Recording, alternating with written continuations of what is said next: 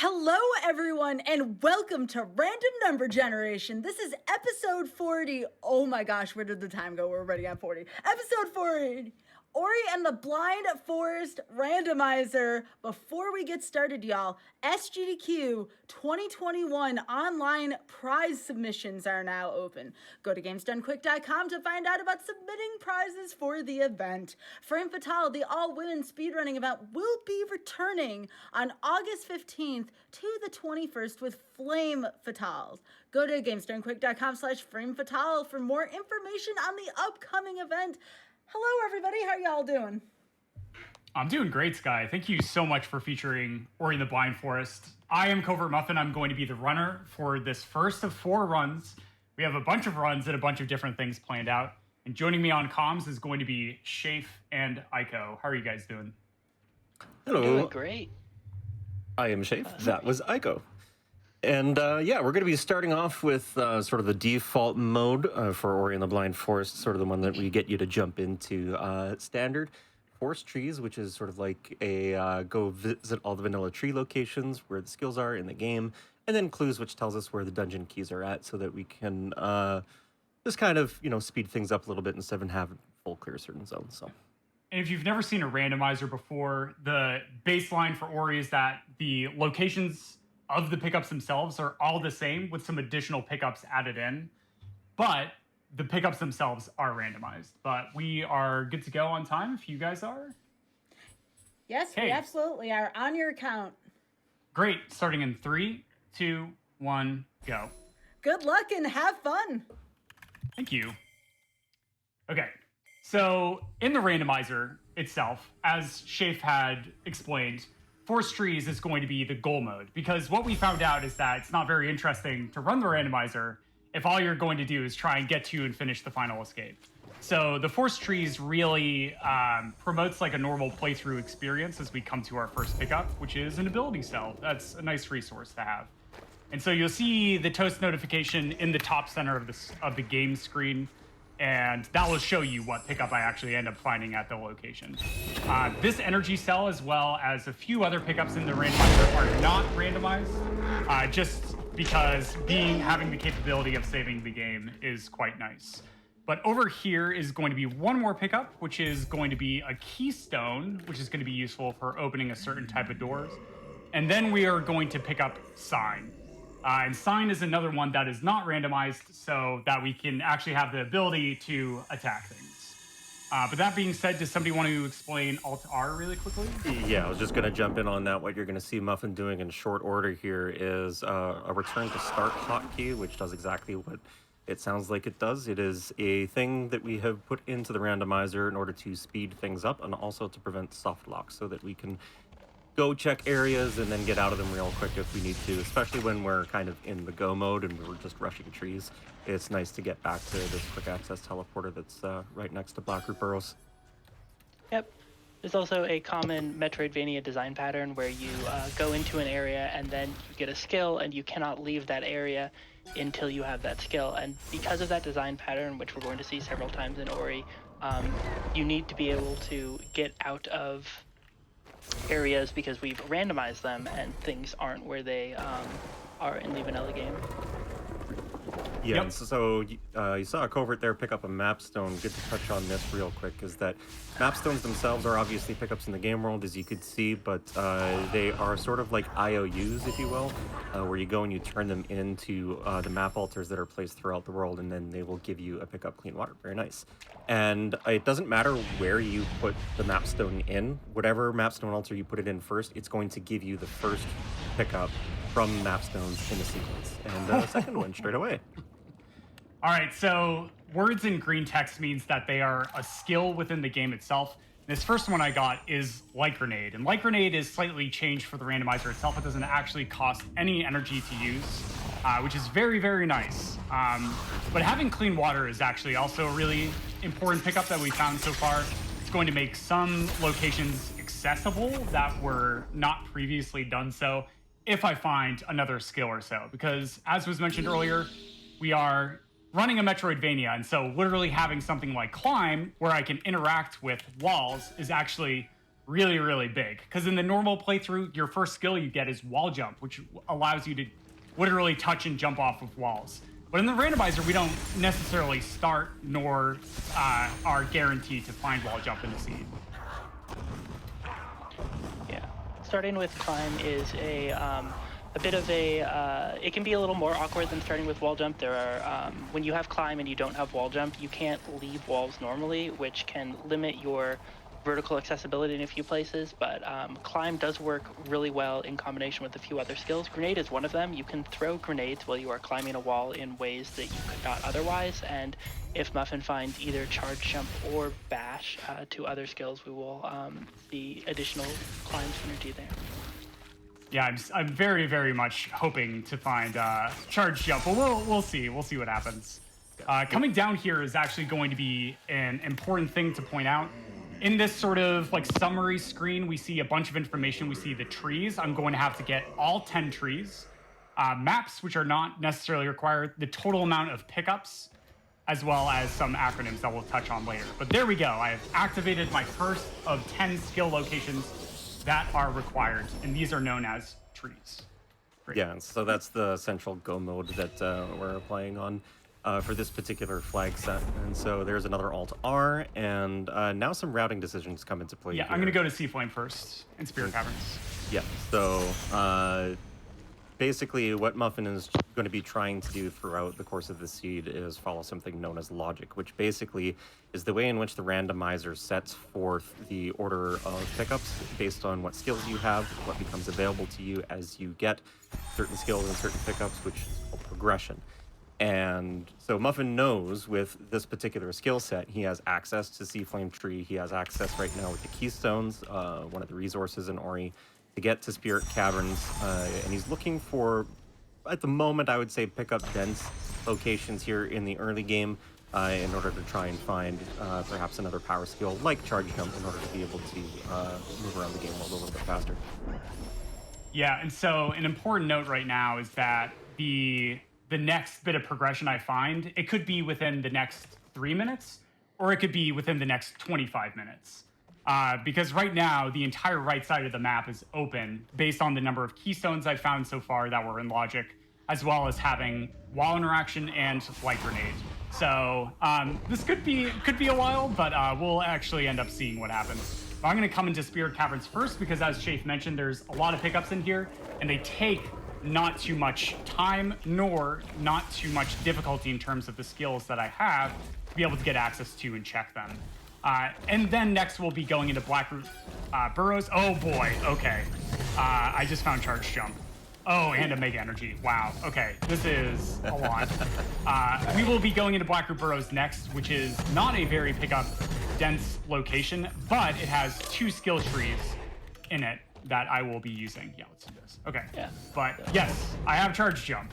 All right, so Charge Jump is a very powerful skill. It's actually the last skill you get in the vanilla game, and it's the thing Muffin's using to do these huge vertical jumps. It's also going to unlock some additional movement later, but it's a very powerful movement. In addition, he got a Mega Energy, which is a randomizer-only pickup that refills your energy and gives you 5 temporary energy. Muffin just then went and used that to open a 4 energy door to the right of spawn. He'll use that later to get over to the Moon Grotto area much quicker than he could normally. But for now, he's going to take his... a nice well-timed level up, and he's going to use that to head into Blackroot Burrows. Okay, this is something I actually rarely get to talk about. Right now I'm doing a trick known as Save Anywhere to be able to save the game. Then I'm doing a movement trick known as a grenade jump to be able to move very, very quickly. We'll be talking about grenade jumps more. There's a bit to explain with that. But there, what I ended up doing is having the ability menu to be able to move around with it open, and that is the glitch itself. Then leveling up an ability allows me to save the game, and I save the game right after I hit a cutscene trigger, which is a very, very important big deal. Because saving the game after cutscene triggers either allows you to enter them, or it allows you to skip portions, or even the full cutscene itself. And so saving the game in Ori is a very, very, very big deal. And I don't need to use Save Anywhere as a glitch in order to be able to utilize this tech. It's just literally crossing the cutscene trigger and saving the game. That's it. That's all that's happening. Yeah, and you'll see him at some point later on, I'm sure, use the ability Rekindle off of the ability tree, which allows you to save the game on that soul link that he placed there right before crossing the pit. And functionally, you can do the exact same thing to skip cutscenes with Rekindle skips as you can save anywhere. It's just that sometimes save anywhere is either more convenient or it's necessary for you to be able to cross into cutscene triggers. So you'll be adjusting which method he uses based on that. God, sorry, this is not something I normally get to do. All right, it's been a while since I've done those. Yeah, Muffin's using grenade jumps to skip an auto-scroller platformer. Grenade jump is a special kind of charge jump off of a wall that you can do if you have charge jump climbing grenade. And what that does is if you throw a grenade the frame before you let go of a wall jump, the game will sort of get confused and forget to slow you down, which lets you take these jumps at ludicrous speeds away from walls and just keep going until you hit a wall. Yeah, exactly. Thank you, Aiko. And so we lovingly refer to grenade jumps as the Triforce in this community because this randomizer is actually built by, originally first developed by Sigma Sign, and it was modeled after A Link to the Past randomizer, like right after ALTTPR actually started to kick off. Yeah, and there's a Triforce Easter egg at Swamp Entry as well. Oh yeah, that's right. Yeah, I forgot about that. Okay, but anyways, now that we are sort of heading into like the mid-game portions, what sort of divides early from mid-game is the first collection of something known as a power skill. So charge jump actually is our first power skill. The reason why we call these power skills is because they allow us to get access to skill locations without really much else. Either it's just something like health, maybe one or two other skills, or just like resources in general. And so charge jump is one of the three possible power skills. The other ones are dash and bash, and we'll be sort of talking about those maybe if we end up finding them. Yeah, so I believe you broke the floor there to... No, you didn't. Okay, so this cutscene is going to play. And that's fine. And I imagine you're going to go bypass the lasers down to grenade. Exactly, yep. Yep, okay. So the reason Muffin is doing this is because of the clues mechanic that we talked about. He's got wall jump, dash, and the sea flame trees activated, which with the text box, if you want to do a quick Alt-P again, showcases the clues up at the top for the Water Vein, Gumon Seal, and Sunstone. And every 3 trees that you activate, you get a clue to the location of one of those dungeon keys. And so we can see that the Sunstone is located in Misty. And having just completed the dash tree and the grenade tree here being situated so close to it, Muffin wants to go and get that to get tree number 4 and then advance quickly to the rest of the right side of the map to see if he can find the clue for the Water Vein, which he wants to get access to because there is the bash tree in Ginzo, so he needs to get there. Yeah, 2 out of 3 dungeon keys, the Sunstone and the Water Vein, are just required in the Force Trees game mode, which is what we're playing right now. Because of that, we use clue mode to help us find the dungeon keys. Key mode clues. And here Muffin is going to be doing another one of those save anywheres to skip the cutscene. This is one of the longest skippable cutscenes in the game, clocks in at about 80 seconds. Very important that you are able to skip this cutscene, because if you don't, you are going to be watching very long, very sad cutscene. Unless you need to hydrate. Reminder, chat. Hydrate. All right, thank you, chat. Okay. So now where we're going to go next is actually over to the right side of the map. But something else to sort of explain about these grenade jumps, as I'm going to do another one here. Oh, yeah, I missed it. Is that it is a 1/60th of a second timing press. Yeah, there we go. So I only have... Oh, no. That's okay. That's okay. We can come back for that pickup.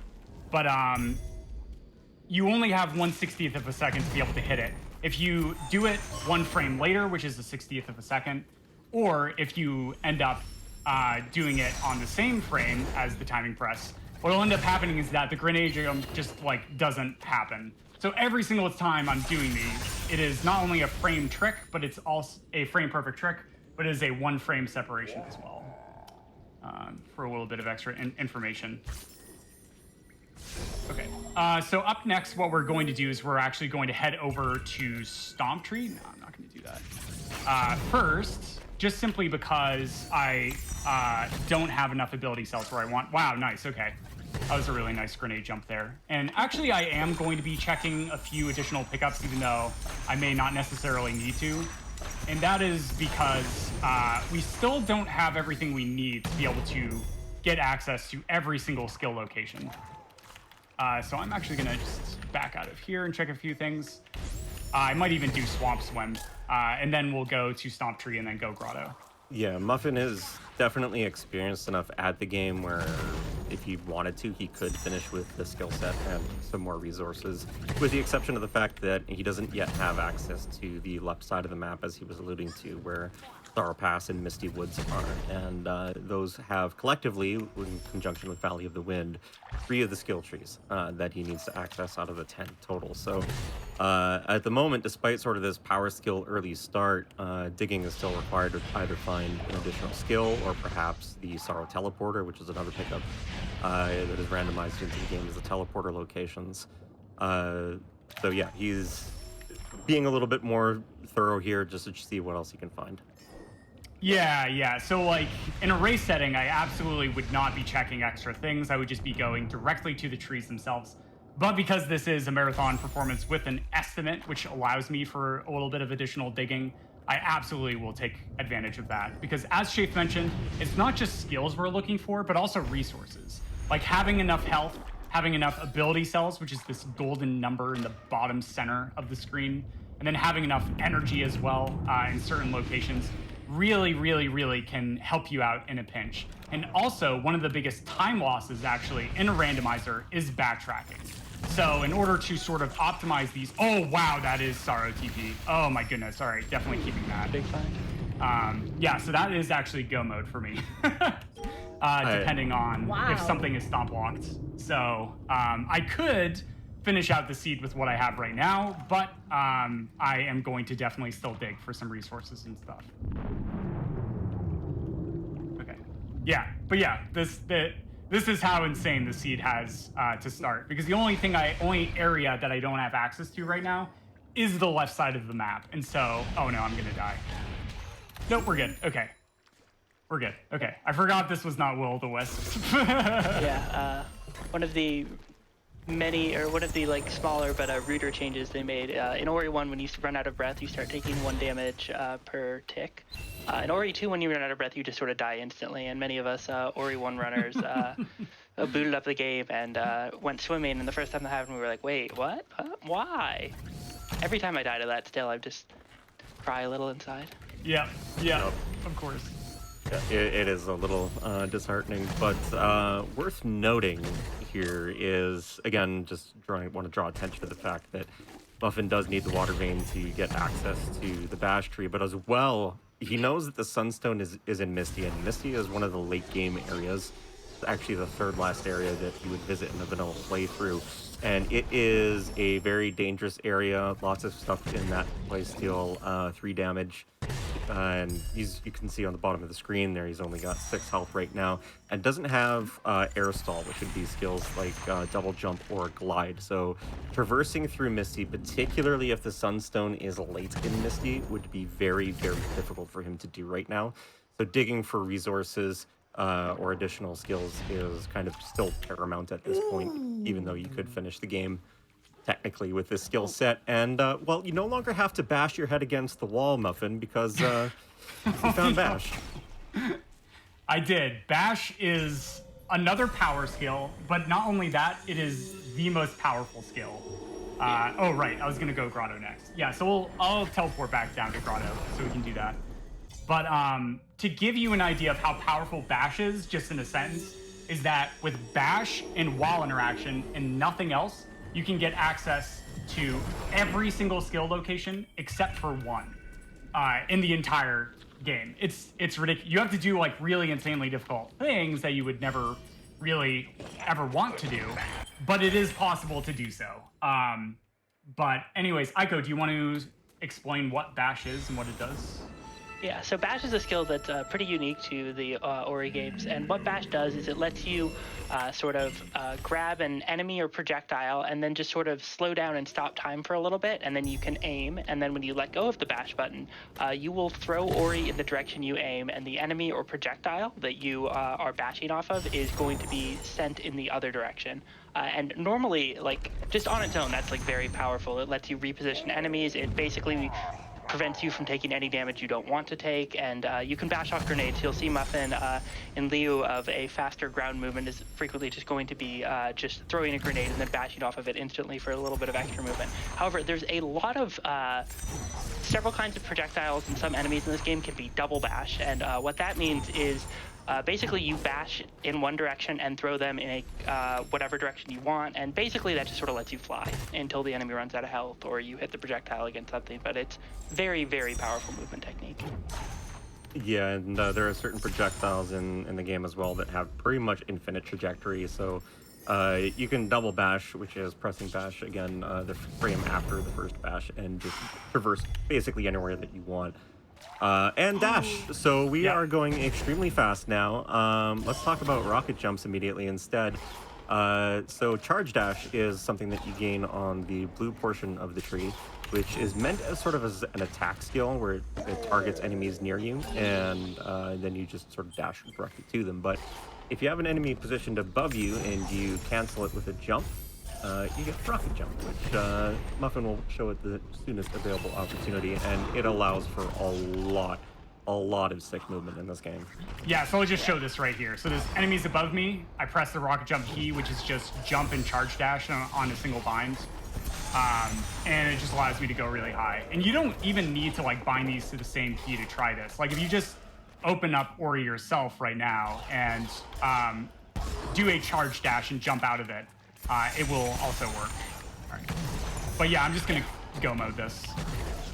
Yeah, bash, dash, and charge jump are by a fair margin each the three most powerful skills in the game. Like if you were gonna pick a fourth after that, I don't know, I would maybe say grenade, glide. It's hard to say. Double jump is really good as well. Yeah. And there's that second hint. The water vein is in Grove.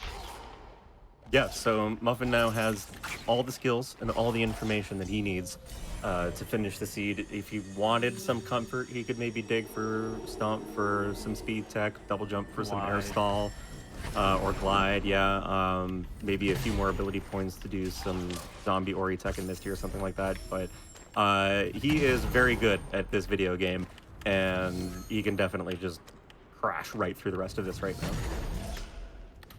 Yeah, so like normally in the casual playthrough, you need to use climb, charge jump in order to get out of this area, but I'm actually doing it in reverse with climb, charge jump, which is funny. Okay, there we go. Okay. So one of the neat bits of tech there is that the charge jump aura persists for a little bit, and so by utilizing a charge dash after charge jumping off the wall, the charge jump aura persisting allows it to break that wall without him having to do damage boost shenanigans or anything like that. Yeah, exactly. And so with these three power skills, it's like kind of insane that I found all three, which once again are bash, dash, and charge jump. Charge jump gets you a lot of height, and a way that Metroidvanias usually pick up progression, or a lot of them anyways, is by putting things in slightly higher places. So like in the game, you start with like wall interaction and double jump, and then once you get bash, that's really the first time that you actually can build a lot of additional height by utilizing enemies. Whereas here in the randomizer, we just started off with charge jump as an early skill, which builds us a lot of height. But in the normal playthrough, they gate it really, really, really late early on. So having that ability to not have to backtrack in order to check those pickups, which you do in a normal playthrough of the game, I am able to go through very, very quickly. I am going to... Very good. Oh, whoops. No, that's okay. You go, Aiko, so I can just focus. Another nice thing about charge jump is that it does 50 damage. For reference, the like little attacks that we saw Muffin start with, those deal 2 damage. Grenades will deal 6. Charge jump is the biggest source of damage in the game. If you combine it with charge dash, you can deal the hitbox from both at once and end up dealing 70 damage. But it's a massive increase in damage output, and it Combat in Ori 1 is just not like a major part of the game, but charge jump definitely trivializes a lot of it. Anytime you can get an enemy above you or to a wall next to you, you can just whack it, and it also breaks rocks. Like those rocks Muffin just broke, dropping a rock on a bird, getting that bird to drop a feather, and that feather is secretly a tree, as we're going to see Muffin get his 8th skill location. That is the smallest and comfiest tree I have ever seen. So true. That is so true. Truly a treat.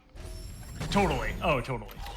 I mean, Ori is a leaf, right? So, like, yeah. I mean, if Ori can be a leaf, that can be a tree.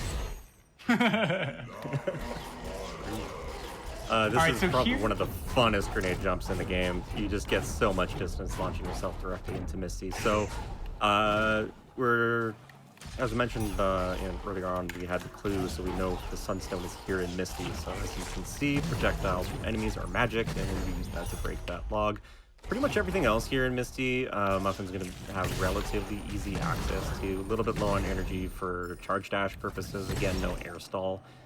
So might have to do some damage boost shenanigans here, but the skill set is just so powerful, it kind of almost doesn't matter. And we also saw Muffin dragging that frog around earlier. That was a chain of double bashes. Yeah, so here's some more on this bird here. So I put the bird in one direction, and then the second arrow is what decides where Ori goes to. Oh, and there's Sunstone, okay. All right, easy peasy. Yeah, so once again, what Sunstone is it's a dungeon key that you collect normally in Sorrow Pass. And that opens up Mount Koru. And so it's required for the speedrun of the randomizer. Wow, I just nailed some really difficult grenade jumps. Let's save the game here. Wow, dude, those terror jumps were sick. Yeah, I love grenade jumps so much. Okay, so here what I'm doing is I'm setting up a save anywhere to get through this spiked corridor. Because as Shafe mentioned, I don't have glide, I don't have double jump, so I could take a death. Whoops, and I misclicked an ability. So if I had leveled up an ability after I died there, I would have actually respawned on the spot. And I'll actually just die intentionally to show this. Yeah, again, this is just back to the save anywhere trick. What he's doing is intentionally saving on these spikes.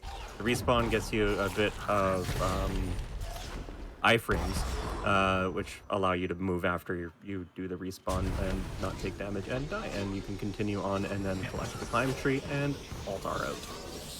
Yep. Exactly. And as you saw for a little bit, after saving, you have 0 health, but the game doesn't actually kill you for having 0 health. It's taking damage and having 0 health after you take damage. So if you save after you die, the way Muffin just did, you enter the state that we like to call zombie Ori, where you are a zombie because you are dead, have no health, but you can still walk around until you take additional damage. Save anywhere is an incredibly powerful trick, and we use it for a lot of really, really funny things. Yeah, it's amazing. Like literally just having the capability to save the game anywhere, as the name implies, very on the nose name, is just so insanely powerful. Both in the base game itself for like a normal speedrun, but also for the randomizer especially. Like especially in the randomizer. But over here, what I'm doing is I'm currently in an area that is listed as Hollow Grove. And I am looking for Water Vein because we had a clue that told me that Water Vein is located in Hollow Grove. So Water Vein is the only other dungeon key that is mandatory in every single seed you play for the Force Trees constraint. Oh yeah, I only have 3 energy. Okay, cool, I got it first try. And so Water Vein will get us access to Ginso Tree, which is the first dungeon that you find in a normal playthrough.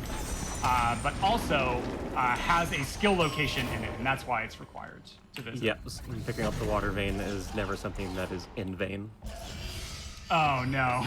I mean, it could be if you have the Ginso teleporter, but yes, thank you. Good. I approve. You gotta find it in one of these pickups, and we'll see which of them it ends up being. Muffin only has 3 energy, and that was a 4 energy door, but what he did is if you put an energy in one of those slots, the frame you leave range, it just sort of stays stuck in. So what Muffin did there was he put an energy in, ran away, and then got another energy from the crystal above, allowing him to open a 4 energy door with 3 energy. Yeah, and if you're just joining us, I just want to remind you how the randomizer works. The pickups from the vanilla game are still all present. All the skills are here, all the energy cells, ability cells, health cells. but they are placed in different areas. So the water vein, as you can see there, which you just picked up here in Grove, is normally found in Moon Grotto. And so the whole goal is to go and find the requisite skills, visit we're using the flag set here called Forest Trees, which forces you to go all the vanilla locations in the game. And that is mandatory to actually access the final escape with this flag set. And Muffin, now having the water vein, is going to go get his last tree in Ginzo. Yep. There's a fun grenade jump there where I skipped over a cutscene trigger just simply because there's a large line. As long as I'm above that line, I skip over the cutscene trigger. And then it just lands you nice right at the door. I've put a lot of time into sort of coming up with these really silly grenade jump angles to be able to make them prettier. This one is just silly though. Like, oh, whoops, no. There's only one way to get to this room. This is one of my favorite grenade jumps. Yes. Like this. This is really high quality. You got this. You got this. One more. There we go. So while we are going to the last tree here, did you all want to talk about yourselves and what you do on your streams? Sure, you guys can start. Go ahead, Akko. All right. I almost exclusively stream Ori randomizer stuff. It's either this game or the Ori and the Will of the Wisp randomizer. Sometimes I stream development of those, as I'm the current head dev of both this randomizer and the Will of the Wisp randomizer. Yeah, and for the most part, I am Ori Rando / Ori Blind Forest speedrunner. The main categories that I run for that being all skills, no out of bounds, no anywhere, as well as all cells, no out of bounds, no teleport anywhere. And I occasionally play some other stuff. I've got actually Metro Last Lights next on my list that I want to play. Nice. I'm Covert Muffin. I've done a lot of GDQ performances. And I speedrun things primarily like RTS games as well as Metroidvanias, and then also third-person Quake-based games. So a lot of strafe jump movement games and stuff like that. Right now, I didn't get a game into this upcoming SGDQ, so I kind of have a clean slate to do whatever I want for the next half of the year. So I'll probably be touching back on Jedi Knight, Jedi Academy, and other games like that, as well as doing more Blind Forest randomizer speedrunning. Yeah. Boom. Yeah, But, so all 10 trees now. Yes, we have all 10 trees, so all we have to do is go do and finish the final escape. But Aiko, so a question for you. You just mentioned that you are the lead developer of Ori Rando. So is there a place that people can go in order to learn more about the randomizer and maybe try it out themselves? Oh yeah, definitely. I will type. I think it's RNG in chat. The Ori randomizer has a website. It's orirando.com, and you can head there for all of your Ori Rando needs. We've got a seed generator there, link to download the mod itself, a bunch of excellent resources for people getting started, including some starter seeds, some guides, really cool stuff. There's actually a map that you can use to see what's in logic for you. And wow, Muffin, that was a really interesting phasing through that laser there. Don't worry about it. So coming up here in Mount Horu, you probably remember having an absolute disaster of a time in this place casually. And it's just so difficult in the randomizer as well. I honestly don't know how we're going to get through it with this skill set. We're missing Stomp. I mean, of all things, there's so many Stomp pegs. There's 8 Stomp pegs that you have to go through, or whatever it is in here. And you don't have that, and there's no monsters that you... Oh no, you're at the end of the dungeon, never mind. Yeah, so there we did a trick known as door warp, which is a wrong warp. We quit out to the main menu, reload the save, and then enter the door on the first frame. The first 60th of a second I have control of Ori, and that allows us to wrong warp ourselves to the very end of the dungeon. This works both in the randomizer as well as the base game itself. But here's the final escape. It is going to be quite tricky, but only because I'm deciding to make it quite tricky, and I'm going to just do a bunch of grenade jumps because they are fun. Of course you would. Yep. There's only one way to get through this room. All right. So here's one where I'm going to grenade jump into the ground and hit a rock accidentally. That's fine. Here I have bash, so I could actually just bash off these lanterns, but instead you just whoops, go right there and be a little bit too low. Okay, I have clean water, so I can do this. Yeah. All right, yeah. Yeah, so one of the concerns that you'll have, you will probably see in one of the later seasons that we play, is that a lot of the time you'll I'm sorry, I have enter a little bit of serious time here. This is actually really precise. Okay. All right, I got it. All right. Cool. So there, what I did was I just bashed a fish in a really precise spot to be able to skip a cutscene to show off this very final grenade jump. Just there, and that allows us to skip 40 seconds of the cutscene at the very end. So time's going to be coming up in about 35 seconds or so. Yeah, but sorry, Shay, for cutting you off. That's that's fine. I understand completely. That is not easy to do without double jumping live. So yeah, what you're probably going to see later on in the seeds is that the water will still be poisoned. So Muffin was kind of thinking in his head for a little bit, oh, I'm going to have to go and take damage in the swim portion of the escape. But nope, he had the water clean, so he was able to damage boost in lava. And just kind of one of those heads-up things that you do with skill sets. Okay, and time is coming up, and time. GG. Looks like GG. a mid-30 or so. That was a really fast seed. That was good. It was good. Yes. Awesome. That being said, though, we have a lot of really exciting randomizer content coming up. I am just the first introductory run that was joined by Aiko and Shafe for commentary. Thank you guys so much. Me and Shafe will be commentating a race a little bit later on in the show. Aiko, I believe, is still going to be on comms for the next one, and then also doing a run at the very end of the showcase we have for you tonight.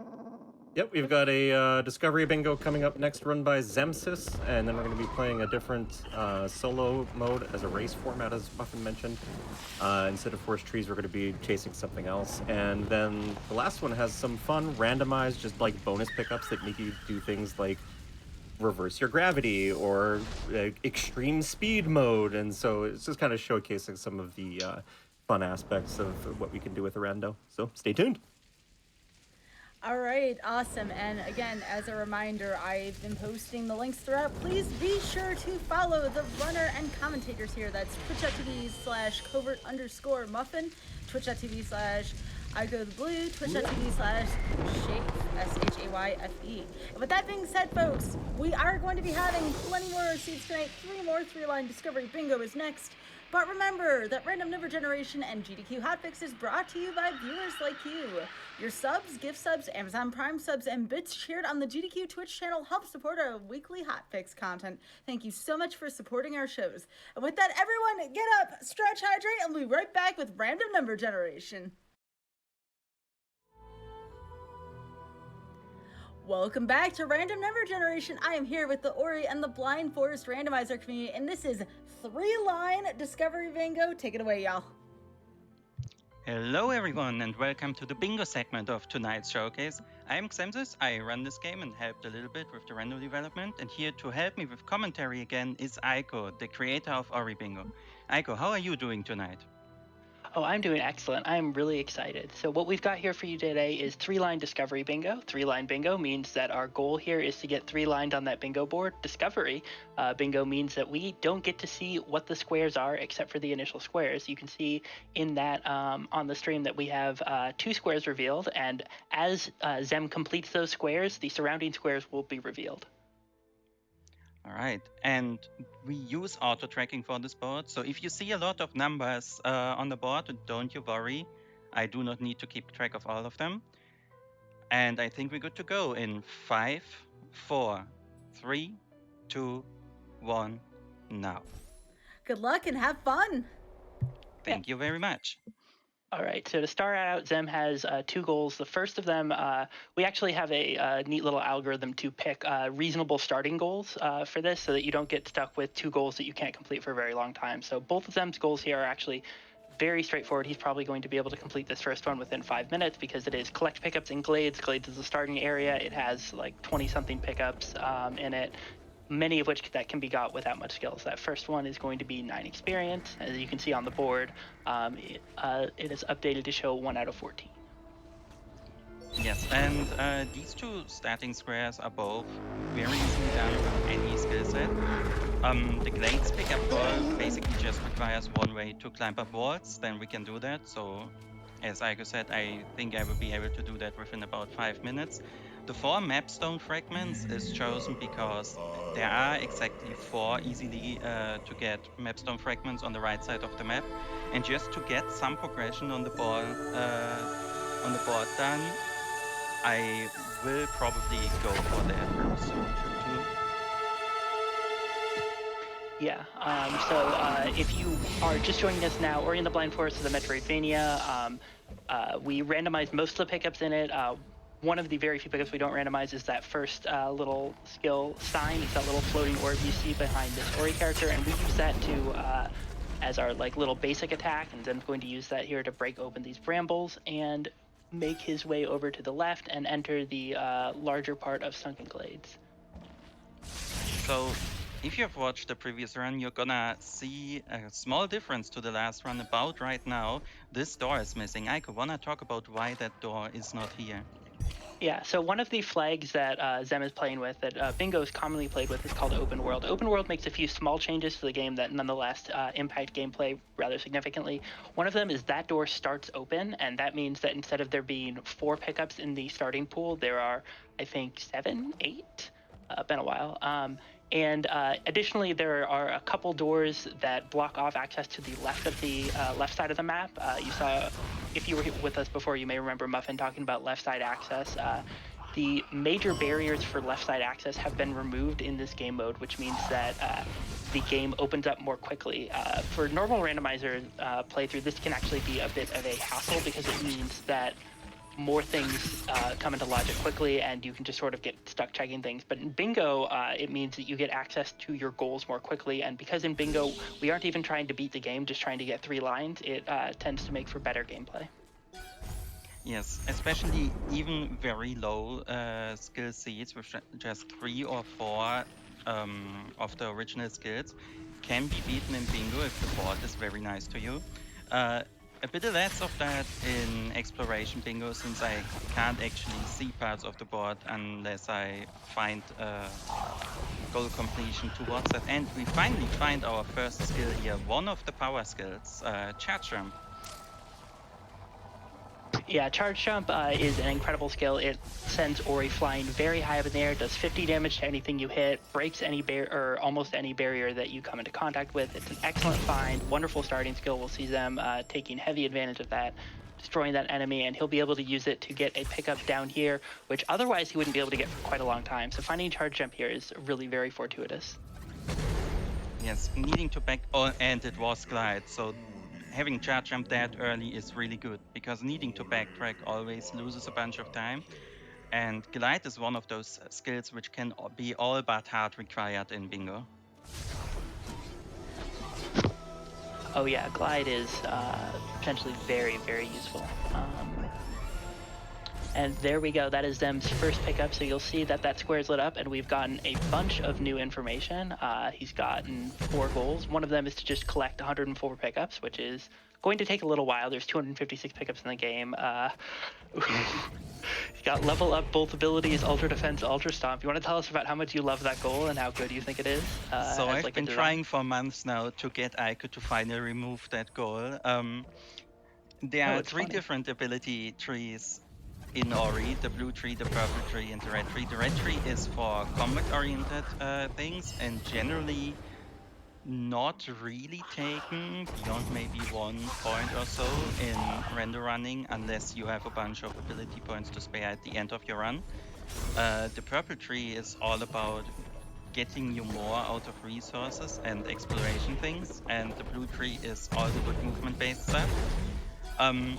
What this goal requires us is to basically ignore the purple tree and go all the way to the end in the blue tree. That's a lot of ability points we need. And on top of that, not in my 2 favorite trees, to say the least.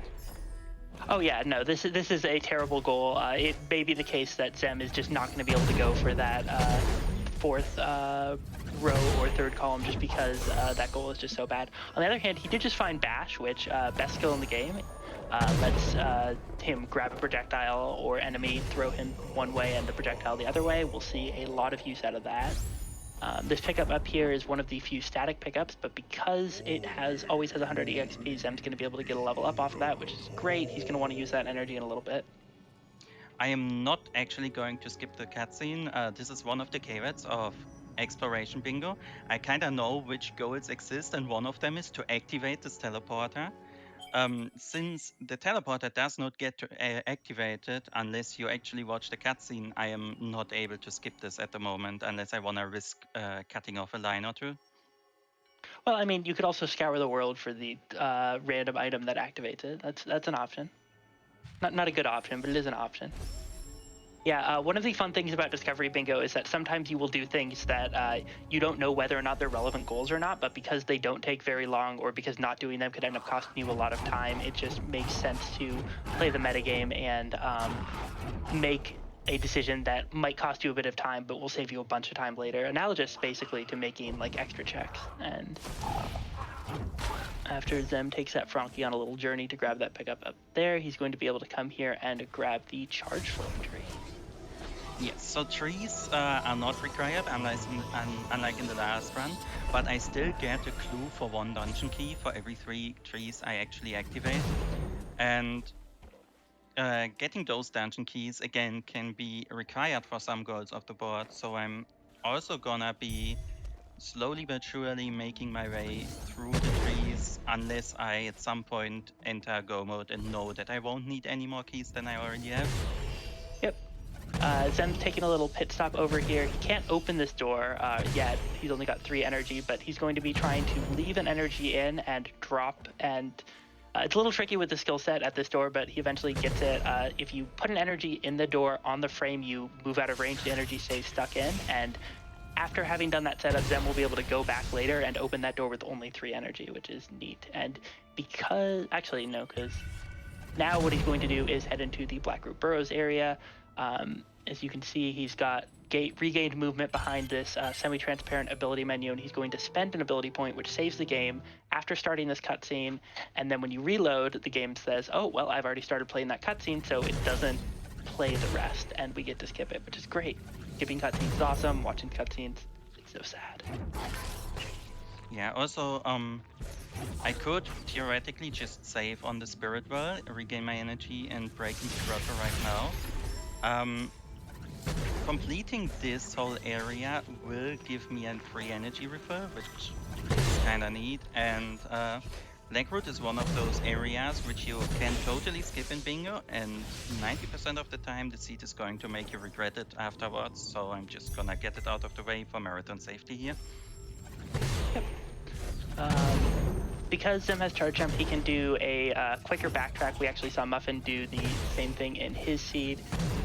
Zem does not have grenade, which means that he has to manually light his lantern and also has to do this little auto scroller section at the end, which is this cute little thing where you actually engage with the mechanic of Blackroot, which is while you're carrying this little orb, it makes a small radius of light, which causes some of these platforms to appear and other platforms to disappear.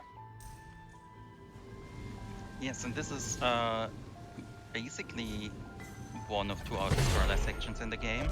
There are a few skill sets that can skip it, grenade jumps being one of them, bash grenade the other one.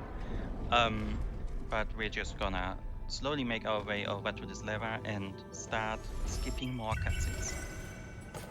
Yep, there's a really entertaining series of cutscene skips you can do here where you can start a bunch of cutscenes or multiple cutscenes right before another cutscene ends, and then you regain control with the first cutscene end. Fun little chain, and Zem is also going to do a little trick to get past these crushers without the dash skill by just sort of jumping over them. Now he's going to get this skill tree and ooh, nice 4th energy, and he regains control of Ori during this animation, and now he's all the way over here to the left, grabbing this ability cell down here. Yeah, so this was just 19 experience, so I'm gonna save scam it. In Ori Randomizer, you lose pickups if you die or reload without saving your game after getting them again.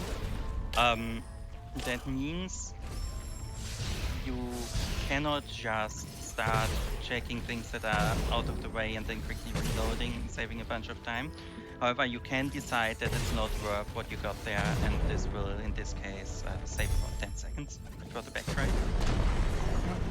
until you find out later that you had a get pickups in Blackroot or get pickups from Ability Souls goal, as is the way sometimes in Discovery Bingo. All right, so Zem's just going to jump over this rolling boulder. You're supposed to come to this area with dash and then just sort of have to run away from the boulder, but if you have charge jump, you can just sort of jump over it, and that is what Zem is going to do instead. He's going to head over here. Going to be able to grab some pickups and watch this cute little cutscene reminding him that there's a floor here and he could come back later and unlock more things. Alright, so I'm now gonna take an intentional death here. This is, again, one of those exploration thingies. Dying to these crashers is a possible goal, and as we've heard before, backtracking is the #1 cause to lose you a bunch of time. And now with those 4 energy being actually in logic, I'm gonna open this door using the stuck in energy from before to keep some energy around, being able to save afterwards. And I'm just going to sort of bait this little Frankie enemy into breaking that wall open, and he's going to be able to, oh nice, that is energy refill and another energy refill. 6 energy is actually very comfortable. I'm just going to, oh neat, be able to go down here, check this pickup, and it's nothing worth keeping, but that's fine, now he knows. And he can head over into the Moon Grotto area proper. Yeah, so this is one of those pickups that take a bunch of time to backtrack, so I just took the time and checked it right there. And now for actual board progress, I think I cannot drain this one because I'm missing a way to break blue boards. The only actual thing I can do right now is get pickups from Mapstone Fragments, so that's exactly what I'm gonna do. I'm gonna first go down, get the Mapstone Fragment in Grotto, and then go up and get the Mapstone Fragment in Grove. Yep.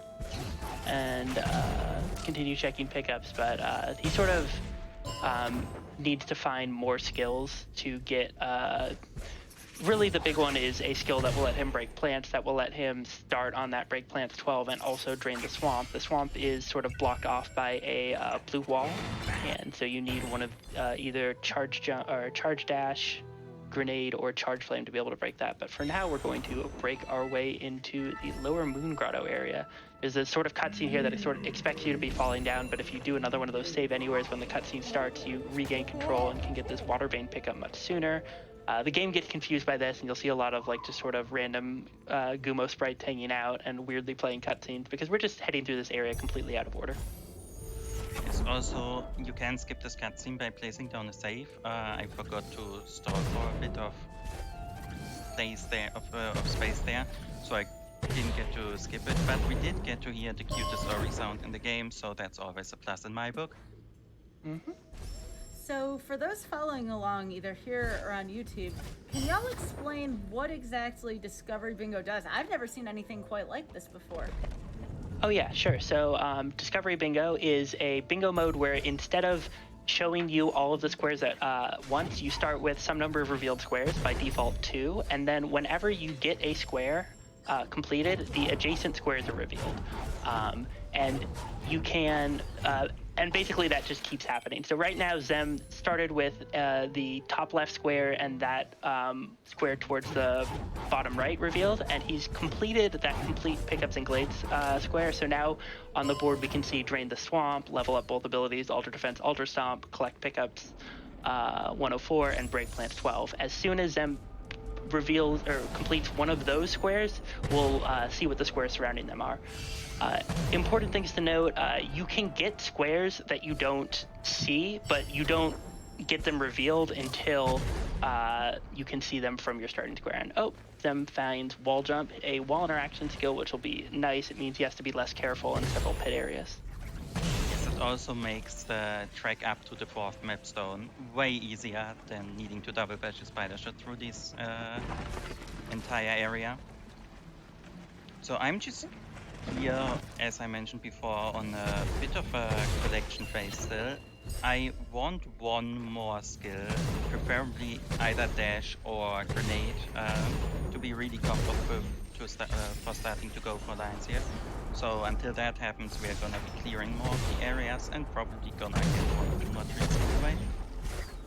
Yep. This Moon Grotto is where in the vanilla game you find the double jump skill.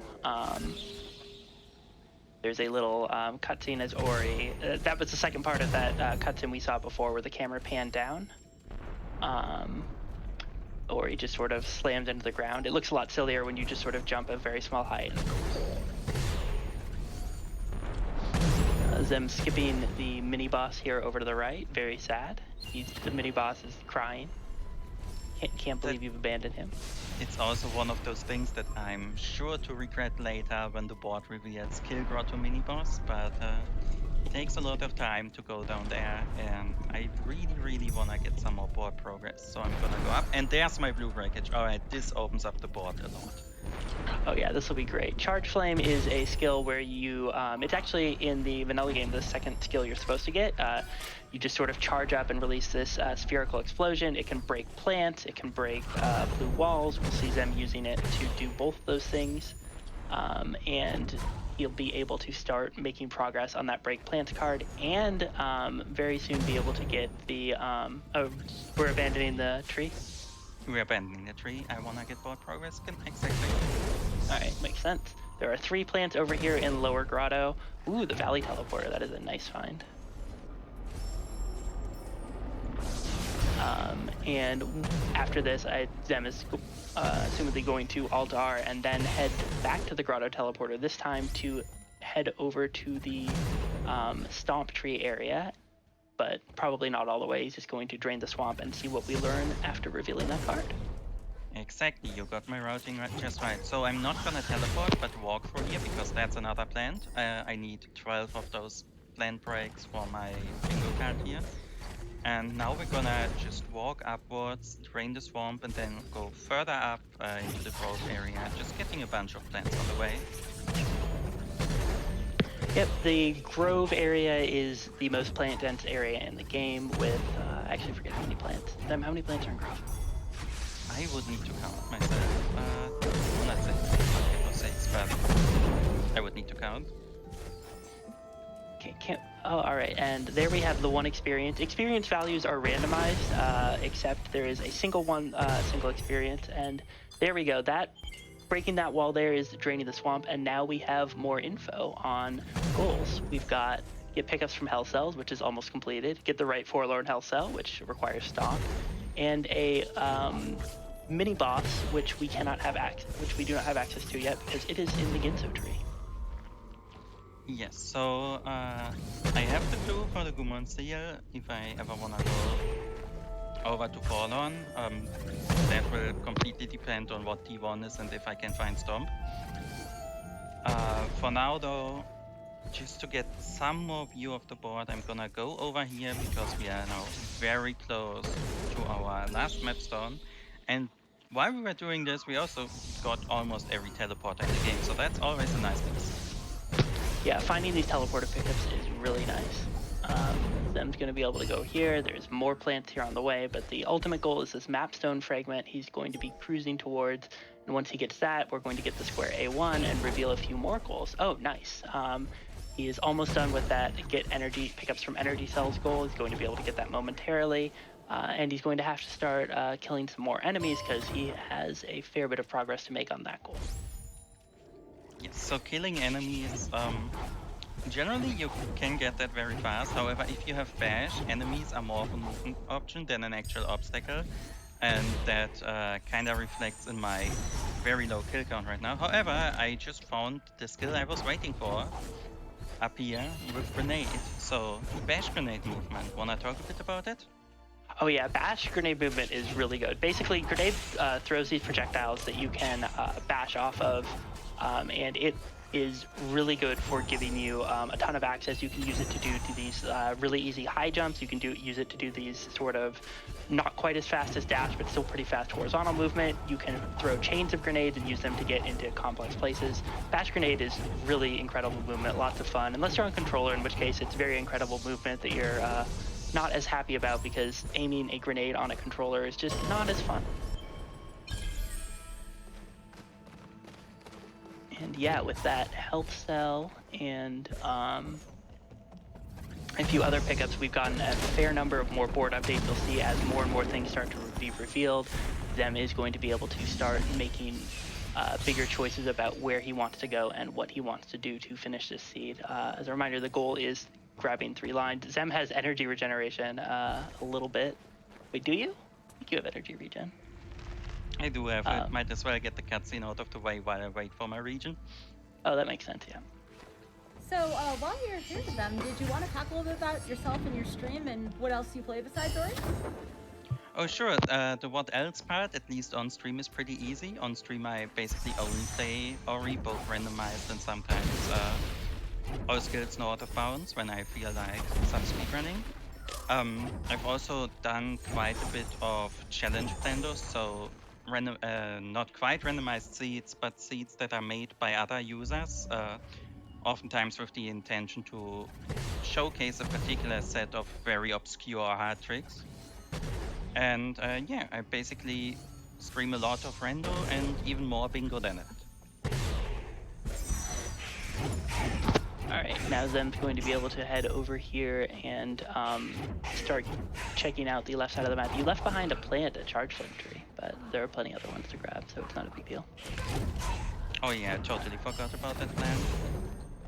So Okay. I'm thinking actually just double bashing myself up to Sorrow just to get that one map altar there. Yeah, Be a Zem's valid play here.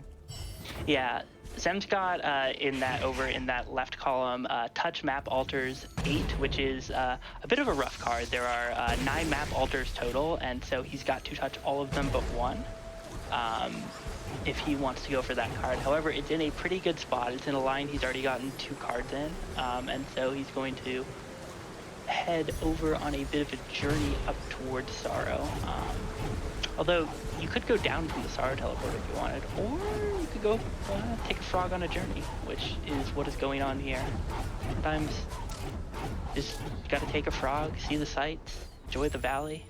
Really, the Valley of the Wind is a beautiful area. I love this big valley main room. There's this beautiful fog in the background, bunch of other stuff going on. Sometimes frogs need to see the sights too. I totally agree on that one. So I could probably Terra break that wall, gonna skip it for now though. There is one more quote-unquote skill location with the with Kuro's Feather right here, which I could get. I'm gonna opt to skip it, just because that would put me all the way back down valley. Maybe that's an option for later though. You can grab it on the way now- down, maybe. Yeah, that sounds like a good idea, but for now I think I'm gonna go up to Sorrow, and while I'm there I might as well dig a bit, because Sorrow is one of the most dense areas in the game. Sometimes up to 5 pickups on a single screen there. And it's generally a late game area, so it might be a bunch of experience to help me get that that goal where I need to basically complete all the trees. Yep. We will see what the goal ends up being first. Are you gonna check the pickup or on the way down? That makes more sense. All right. So in the vanilla game, what you're supposed to do is get restore the wind, and then you can just sort of glide up this channel. But sometimes it's easier to just sort of take a bird on a journey, and that is how we're going to get access to Sorrow. That is a trick used in the speed run of the game. It is harder there because double bashes are easier in the randomizer for some balance reasons, but as a result, Zem has made it into the Sorrow Pass, and he's going to be able to grab a bunch of stuff here. First, he's going to do a neat little trick where he saves the game right up against that wall, and then if he dies while charge jumping, charge jump hangs around a few seconds after you charge jump, including for a little bit after you respawn. And so if you save while touching a wall that charge jump can break, and then die while charge jumping up, when you respawn, you are still charge jumping for just a little bit, and that is enough to break the wall or floor, which is what Zem did there. So one thing I have been doing the entire time, but I don't think we actually went over it this run, is this double bashing method. So in the vanilla game, bash is only supposed to go one way, as in you choose a direction, fling yourself in that direction, and the enemy or projectile you're bashing is going in the other way. If you bash again 1 frame after you release it, you can bash the same enemy or projectile a second time, this time only affecting your own speed, therefore being able to just fly along the enemies, as you've seen me do before. just for controller fairness and also for a bit more consistency in randomizer, there is actually a bind. If you hold down your grenade key after you release a bash, you just get the double bash for free. And that allows for some really consistent, really crazy chains of 20, 30, 40 double bashes in a row to get some more difficult pickups. 20 is already like way too many.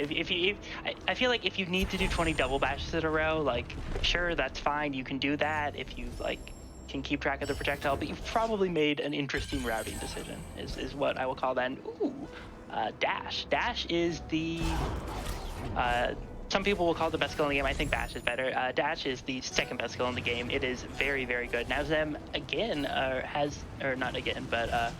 like Muffin did, has access to the 3 best skills in the game: dash, bash, and charge jump. Dash lets you go very fast. With air dash, you can go very fast in the air, and with charge dash, which is the ability Zem just leveled up, you can go very fast towards an enemy, deal them 20 damage, and you can also cancel that to go very quickly up or down. Yes, indeed. And I think we've dug around enough in Sorrow now. We found the skill. So my next goal is gonna be just going to Misty and gonna find the Gumon seal while I'm there.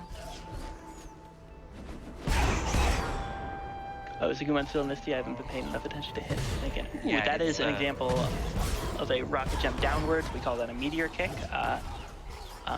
You use it to go downward very, very fast, and Zem is going to grab this frog and use his little green projectile to break this floor open. So I don't really have a way to cancel my charge dashes yet. Charge dash is the thing where you see Ori go really fast and it costs 1 energy. If you cancel it in any way, be it by bashing an enemy at the end, stomping, taking damage, or hitting a cutscene trigger, you get that energy cost refunded. Or going through a portal, indeed. You get that energy cost refunded, allowing you to string along some crazy chains. This is a very good early Gumon seal find. That means I can basically just go to the tree and get back on it immediately, which is what I'm gonna do right now. You're not gonna take a pit stop and die to the laser right after? You know what? That is a great idea, because again, that's one of those goals that may be on the board, but I can't see yet. Yep. Alright, so Zem is actually getting pretty close to that collect pickups goal. It's only going to reveal 1 square when he does it, but it'll still be a nice thing to have. And yeah, that is going to reveal a complete each horror room. That's stomp locked. Ooh, nice find on clean water though. I will see if it comes up maybe with a get this pickup really long swim card later. But I was kind of gambling on being able to do E5 for the diagonal. Right now it doesn't look that good, to be quite honest here. Just gotta find stomp. I mean, you're gonna go to Forlorn anyway. Do the Forlorn escape, get the stomp hit, hope it's somewhere fine. It's all groovy. Yeah, there was a lot of time saved with the last run, and I don't have my sights tonight, so you have plenty of time. No worries. Oh, that is great, because while the seed is honestly fine, we have a saying, if you get a good seed in bingo, the board is gonna be absolutely terrible, and it's sure shaping up that way. Yeah, this is a really beautiful board. It's got all sorts of really the things that you're worried about seeing in a bingo board is things that are hard locked by skills. Stomp is one of the worst skills to get things hard locked by for a couple reasons.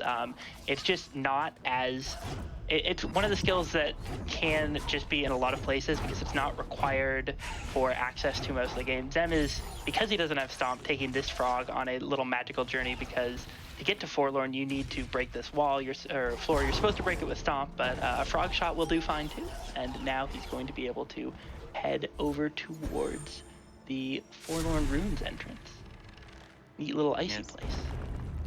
Yes, indeed. And before that, we conveniently have a map altar on our way, and with how this board is shaping up, 8 map altars might actually be one of the good goals. So I'm just gonna stand here and charge dash the Baneling, and that will shoot him over to break the wall and give us access to this map altar.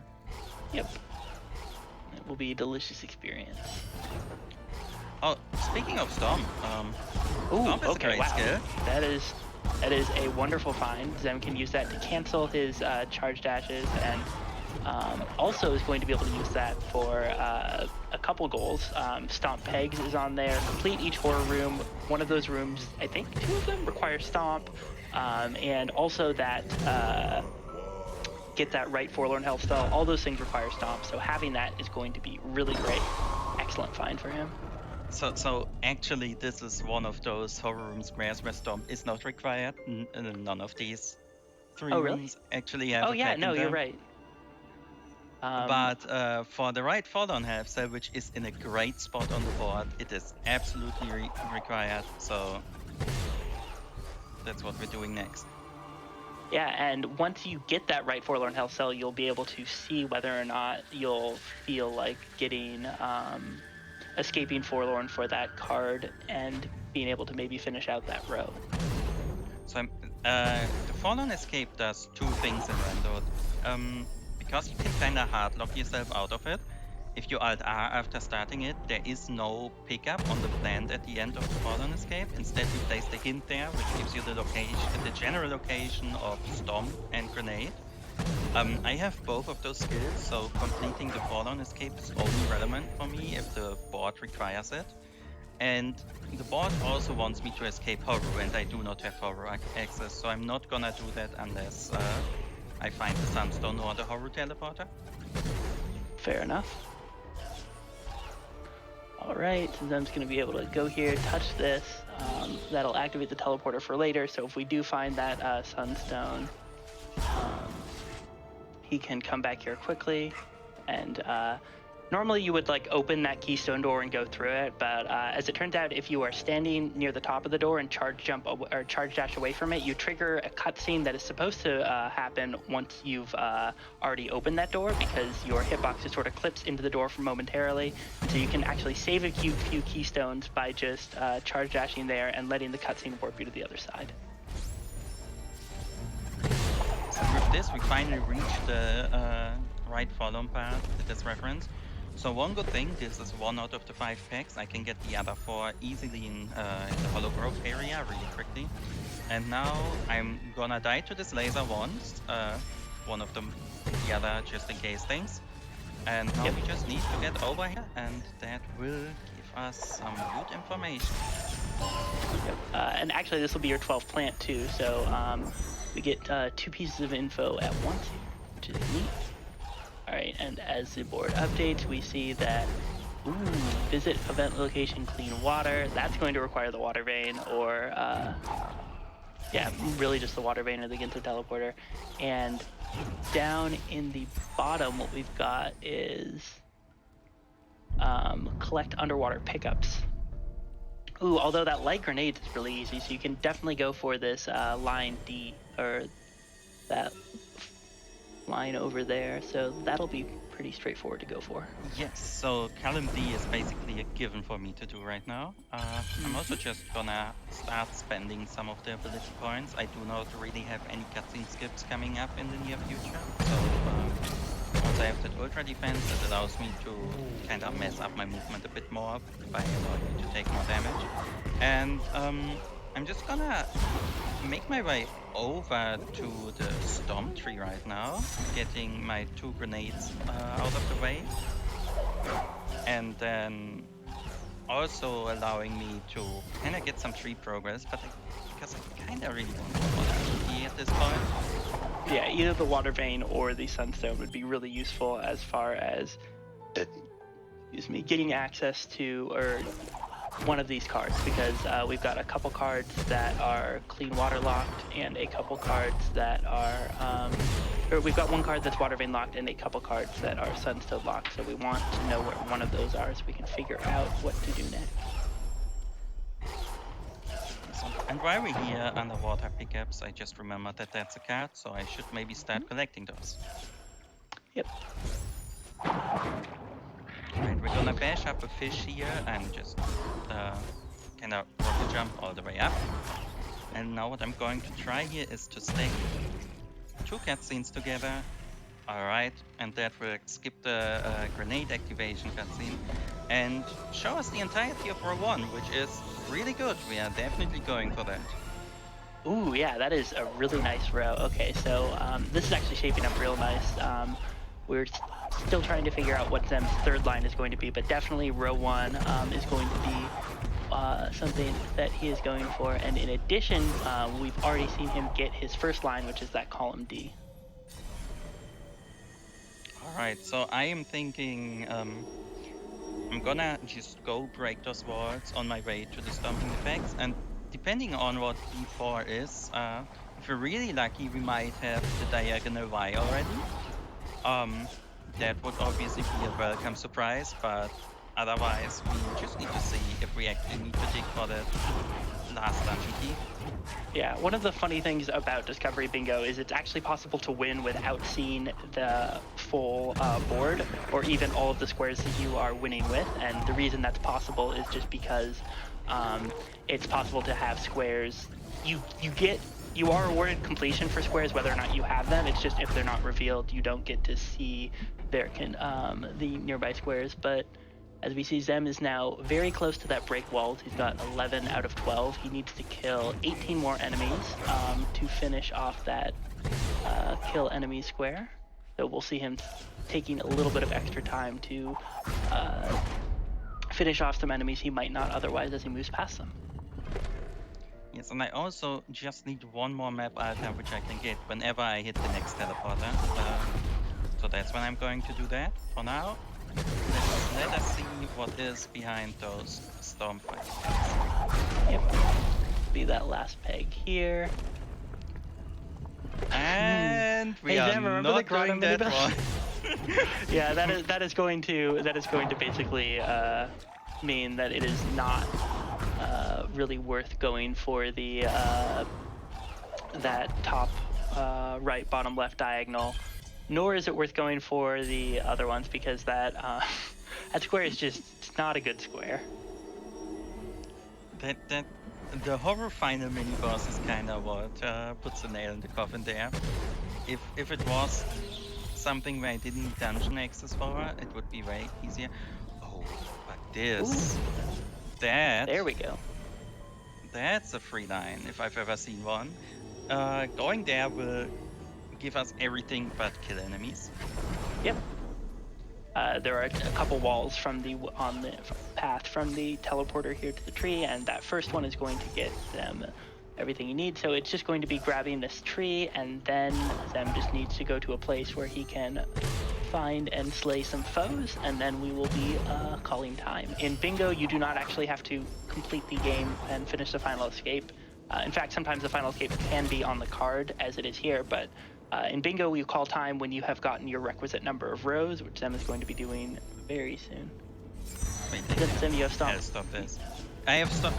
So I have just obviously intentionally shown us some other ways to break floors. Yes. Yeah. Instead of stomping, which would have been really easy.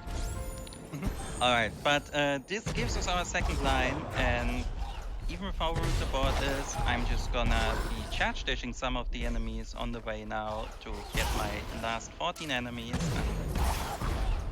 and then that's gonna be it for this bingo run. Charge dash does 20 damage. Nothing in this starting area has nearly that much health. You can just sort of zoom your way through them. Boop. I guess that guy does because you're not supposed to get to him till later. You can count with us if you want. That's 102, 103, 104,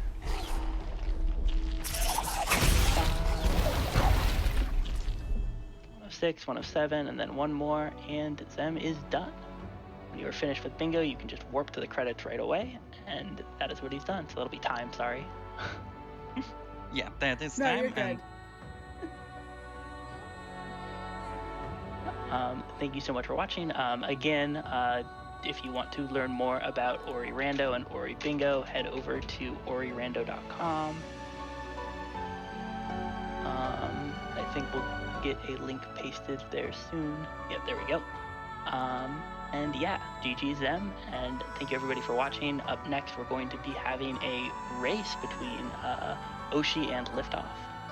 It's going to be awesome.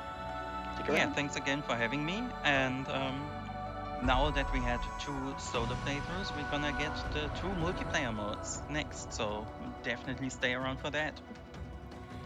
GG, Zaman. Thank you so much for the commentary as well. And again, folks, remember, throughout the night, I will be posting in the chat, so please follow the runners and the commentators from the Ori and the Blind Forest community. For those of you watching on YouTube here, the runner was twitch.tv/Zemsys, XEMSYS, and then commentator, twitch.tv/Ico the Blue, all one word. All right, before we move into our next segment, folks, as always, remember that Random Number Generation and GDQ Hotfix is brought to you by viewers like you. Remember that your subs, gift subs, Amazon Prime subs, and bits cheered on the GDQ Twitch channel help support our weekly Hotfix content. Thank you so much for supporting our shows. And with that, everyone, get up, stretch, hydrate. We'll be right back with Random Number Generation.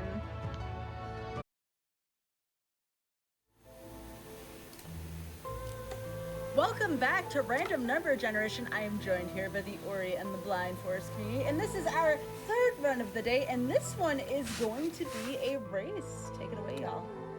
Yep, welcome GDQ viewers. My screen name is Covert Muffin, and we're going to be showcasing off a race between Liftoff and Oshi. We're going to be running a little bit of a different seed. We're going to be upping the difficulty of the logic itself, so the game will consider putting pickups in slightly meaner places. But that being said, I would not be able to commentate this race by myself.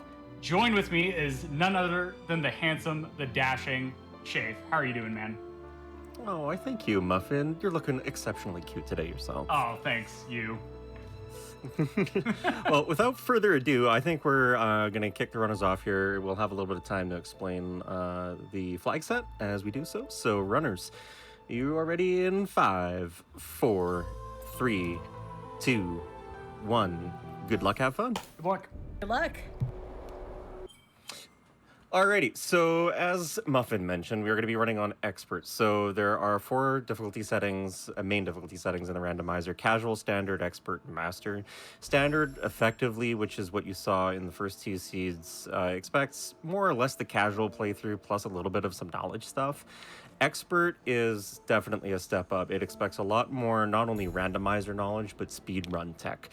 So the things like double bashes and rocket jumps and that sort of thing are going to be expectations that the randomizer will factor in when it comes to logic. And shards is the clue mode that we're playing on, or the dungeon key mode rather, as you saw there with the sunstone shard being the first pickup. And what that does is that it splits the dungeon key up into 5 fragments, and the runners are going to be required to pick up 3 out of the 5 fragments in order to composite the entirety of said dungeon key to gain access to the relevant area. Keystone here underneath Sign, which is our base attack ability in the game, requisite pickup, one of the few non-randomized pickups. Yeah, and so this is actually going to be an important thing to also mention, is that trees don't really do anything for our runners outside of act as pickup locations. They'll just have a randomized pickup. So here with shards, they have to find 3 of 5 pickups that are just randomly distributed through the map. But then also they're running a world tour mode. And so the world tour mode, what it does is it takes 8 out of the 11 biomes that are tracked on the map itself in the vanilla game, and it places a random pickup within each of those locations known as a relic. And before our runners are capable of starting and finishing the final escape, they have to find each relic on the map. So the runners will see them bring up a little bit of an overlay, maybe sometime in the run, and we'll point that out. But 3 of those biomes are not going to be required, and that will be really key with sort of how our runners route in the early mid-game. But, ooh, there is Dash, Shafe. Why is that a huge pickup? That is the go fast skill in the game. Both of the runners are going to be able to go zoom, zoom. Oshi is going to fall a little bit behind here early on, did not get fake flippers and Alt-R out fast enough. Alt-R being the keybind for returning to start, which you just saw there. And yeah, super powerful skill, super fun to have. Just wanted to touch Grenade as well. That is Blue Break. That is also very powerful. Just wanted to touch as well on the sort of central difference that you alluded to there, Muffin, between the goal mode that we saw in your run versus this. With Forest Trees, those positions are fixed. You're intended to go to the vanilla locations for the skills. In World Tour, the pickups are completely randomized. But having Grenade, having Dash here is a very powerful early start. Yeah, for sure. And so on the right, liftoff is going to be a little bit ahead of getting through this Glades starting area. Oshi, oh no, with a little bit of a death, actually lost the dash pickup because they don't have an ability to resave the game. So Oshi with a little bit of a big death there is going to put liftoff in a bit of a lead, maybe just some nerves coming into this. That's totally fine. Like, we have over an hour in the estimate here to be able to get through the seed. So we'll see what ends up happening. But over on the left, on the right, liftoff is going to be going through this area. Found wall jump as a bit of interaction. Grenade also useful for breaking things as well as blue things in general, which is going to actually open up the right side of the map once they have enough keystones. But here we go. Let's see how Oshi is going to be continuing as they end up collecting the pickups that they had found earlier. Yeah, so if you're just joining us as Liftoff is heading to the wall jump tree here on the right side of your screen, Ori and the Blind Forest randomizer takes all the skills, abilities cells, health cells, energy cells, experience, and then splurts them all over the map. And the runners have to go and find the skills that they need and they are comfortable with finishing the game, as well as accessing the relevant areas that they will need to in order to collect the relics for the goal mode. Double jump, also a very nice find. This is a very powerful early skill set for the runners. They have everything that they would experience sort of in the early game of the speed run. And so it's very comfortable from a mechanical perspective. The runners can kind of go on autopilot at this point, rather than thinking about, what they would be able to do with, something like bash nade or double bashes or that kind of thing, what the logic would expect of them.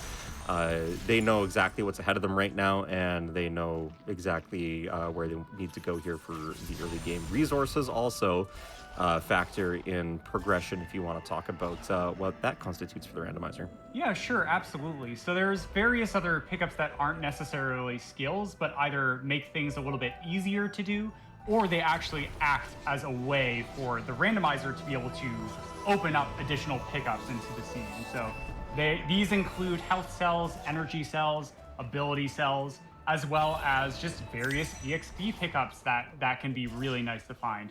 Also, we have certain ways of opening certain doors with pickups like keystones, which are able to be used at any keystone door on the map. And this is one of the rare few ways that somebody can soft lock a seed, but we shouldn't see that happening. There's a lot of additional keystones that end up getting placed around on the map. But over on the right, we see Liftoff going into Blackroot Burrows, which does actually end up having one of these unique relics that must be collected.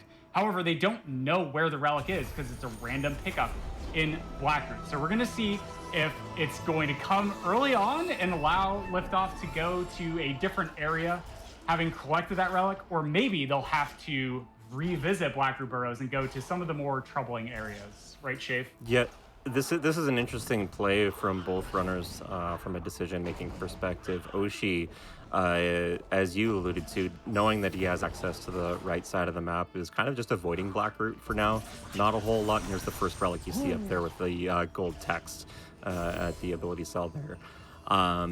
So Oshi seems to be kind of pushing for total pickup density. He's going here into Spirit Caverns, which has 5 pickups that are easily accessible, and then we'll be able to go through the right side of the map through the no intended way above the charge flame tree, whereas Liftoff is going for a more knowledge-based approach, does know that there is a relic here in Blackroot, and kind of wants to figure out whether or not it's early or it's late, whether or not he's going to need to come back with Stomp to gain access to the Lost Grove portion. Yeah, big pickup find here over on the left. Oshi just found Ginso Teleport. Actually, no, that's not big because there is no relic in Ginso. So teleporters are available as pickups, and as Oshi finds a Sunstone Shard, which is actually very vital to the seed itself.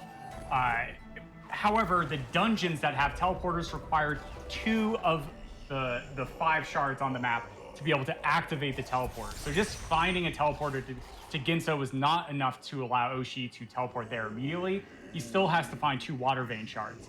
But interesting enough, this is a little bit weird in sort of like the normal randomizer sense. Ginso is not an important dungeon to unlock, which is unlocked by obtaining water vein when you get 3 water vein shards, or 2 in the teleporter. Because there is no relic in Ginso. So Ginso is a place that the runners will probably want to avoid unless they are looking for density of pickups. High number of pickups, low skill requirements to pick them up gives a high probability of having something important like a skill or a teleporter or a resource.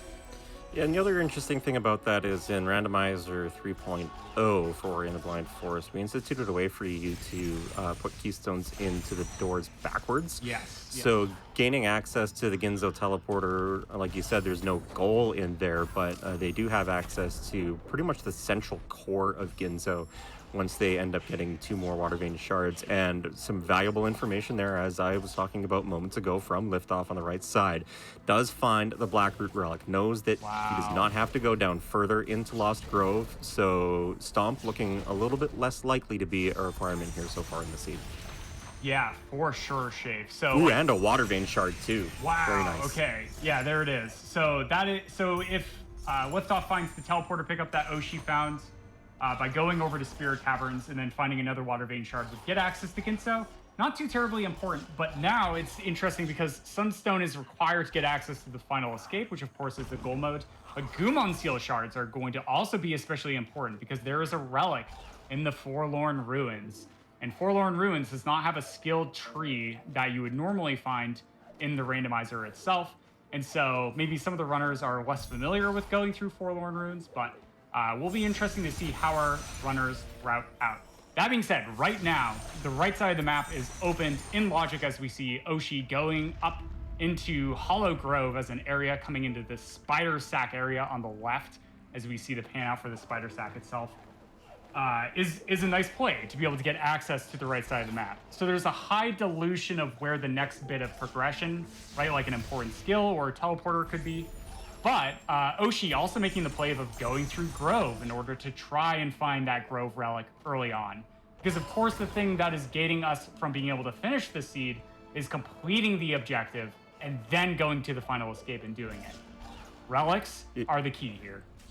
Yeah, so with the 1 water vein shard and the broken Ginso teleporter, Liftoff only needs 1 more water vein shard in order to be able to access Ginso. Does have a leg up on Oshi in that regard. But despite Oshi's deaths here in the early going, Muffin, for sort of putting him behind the 8 ball there, in terms of what we know as commentators, he's going to get access to that Blackroot relic. So yeah, sure, Liftoff has 2 out of 8, Oshi has 1 out of 8. But there were no skills there. There was nothing that was going to push either of the runners further into the skill progression portion of this seed. So in a way, Oshi's actually kind of ahead, because when he comes back to Blackroot with more power skills, bash and charge jump, maybe having grenade jumps in there or something like that, he'll be able to just zoom right through the entirety of Blackroot, skipping the auto-scroller portion, and save a pretty significant portion of time. And I would gather probably roughly the amount that he lost to death. 3 out of 3 Sunstone shards. Gaining access to Horu is no longer a problem. They do have the dungeon key unlocked. Yeah, that's a really, really nice thing to find on Oshi's side of the screen. And Liftoff definitely should be able to track that down as well with the same skill set as Oshi over here. As we see on the right, Liftoff is going to be going to Valley Entrance to track the same progression that Oshi did. Having a little bit of trouble with his double jump chain. A lot of these jumps are a lot more precise than they may seem. But if he gets, perfect, over enough, he's able to get the height necessary to be able to jump up and check that pickup without having to go the intended way. So nothing really in Valley entry. There is a relic in Valley, which is going to be important to track down. But over on the left, Oshi coming into Grove. There's a lot of plants here, so it's going to be nice to have grenades to be able to break those. And there's the relic check. Only 1 relic so far for Oshi, while on the right, Liftoff is going to have done 2 relics so far. Yeah, and sort of one of the things you saw in the pop-up there on the screen, noting the relic positions, the fact that Swamp and Grotto don't have relics, from a randomizer perspective, is actually kind of awful, because especially Grotto with blue breakage is a very, very pickup dense area. It's a place you want to go in order to check for skills, and normally in sort of like the default randomizer mode forest trees, we're going to the double jump tree, which is in Moon Grotto, so it makes total sense to go there anyway. Right. But not having the relic, a relic in Grotto, is a potential sticking point from sort of a headspace perspective for the runners. How much do they dig in Grotto at all if they were to get an additional skill here early? If Oshi managed to come across 2 Water Vein shards here, does he go into Ginzo instead? So a lot of possibility for diversions here early. Yeah, it's a really great point, Shafe, and really sort of alludes to how do you consistently speedrun a randomizer fast.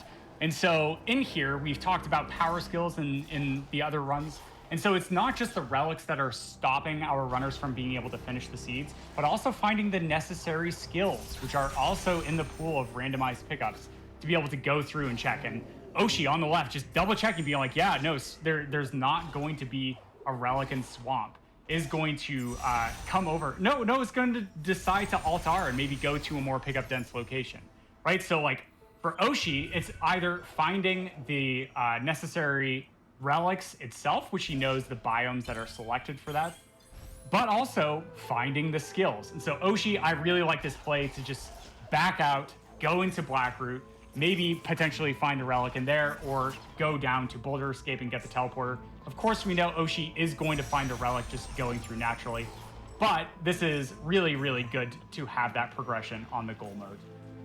Yeah, and so far, no real big sequence breaks from either of the runners. Do notice that Oshi does have 1 less energy than Liftoff, which may become a factor. Actually, right here, I don't think Oshi did a magnet trick to open up that 4 energy door. It is possible for Liftoff to do an energy glitch, which will allow him to put an energy in the door and then go away from it to collect more energy to get up to 4 total for that door and get an extra pickup.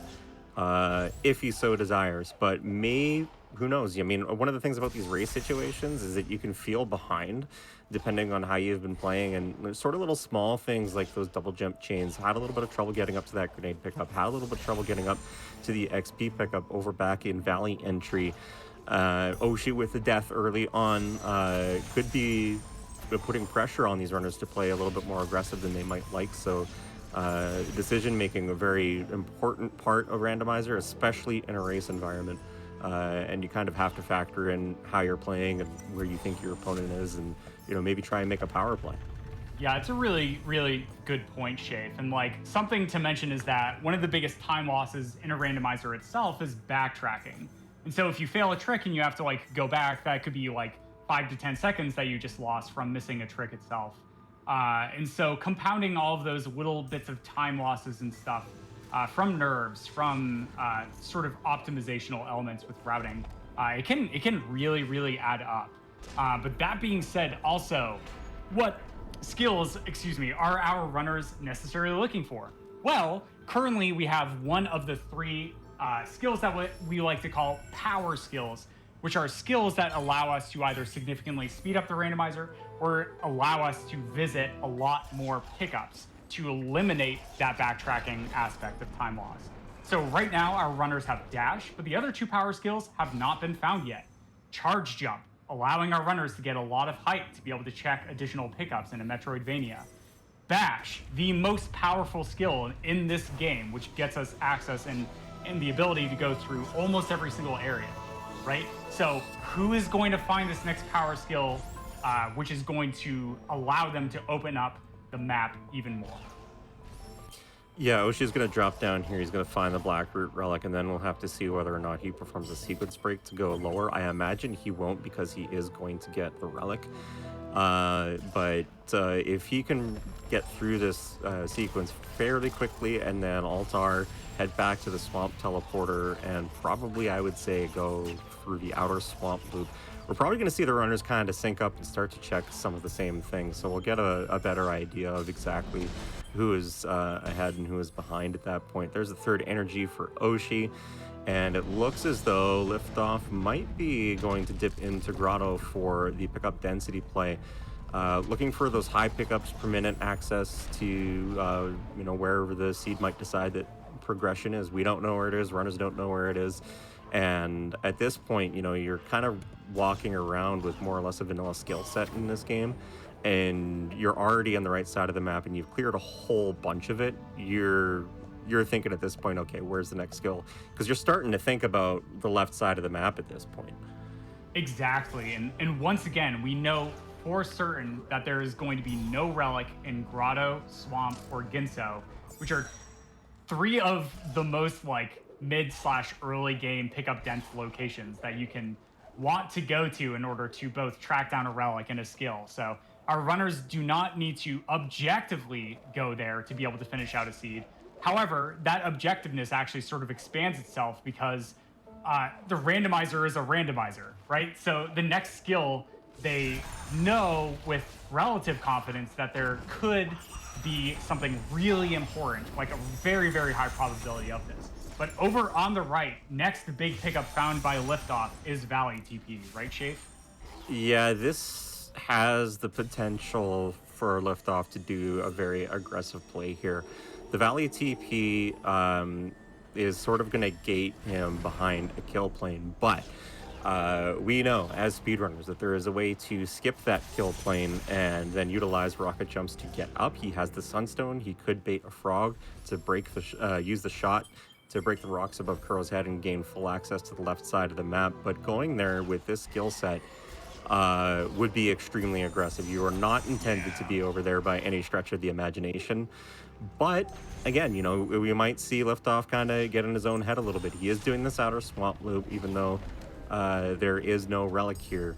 And Oshi in the same area now, and the runners have pretty much covered about the same space. So those couple big early deaths from Oshi have been evened out by his cleaner overall execution. Yeah, this is great to see as our runners are high-fiving in Upper Swamp Loop right now, like multiple times, because they're still in the same area. Other things that could really help out is by investing ability cells in order to get charged dash, because we have a way, as Shafe was sort of alluding to, of building a lot of height using charged dash itself. And so we're going to see our runners look for ability cells and put those in at key times to skip cutscenes and stuff, but also to be able to get that little bit of extra movement versatility. In sort of a term that we like to call verticality, as Liftoff on the right finds the first Gumon Seal shard, as Oshi on the left ends up finding that Valley TP pickup as well.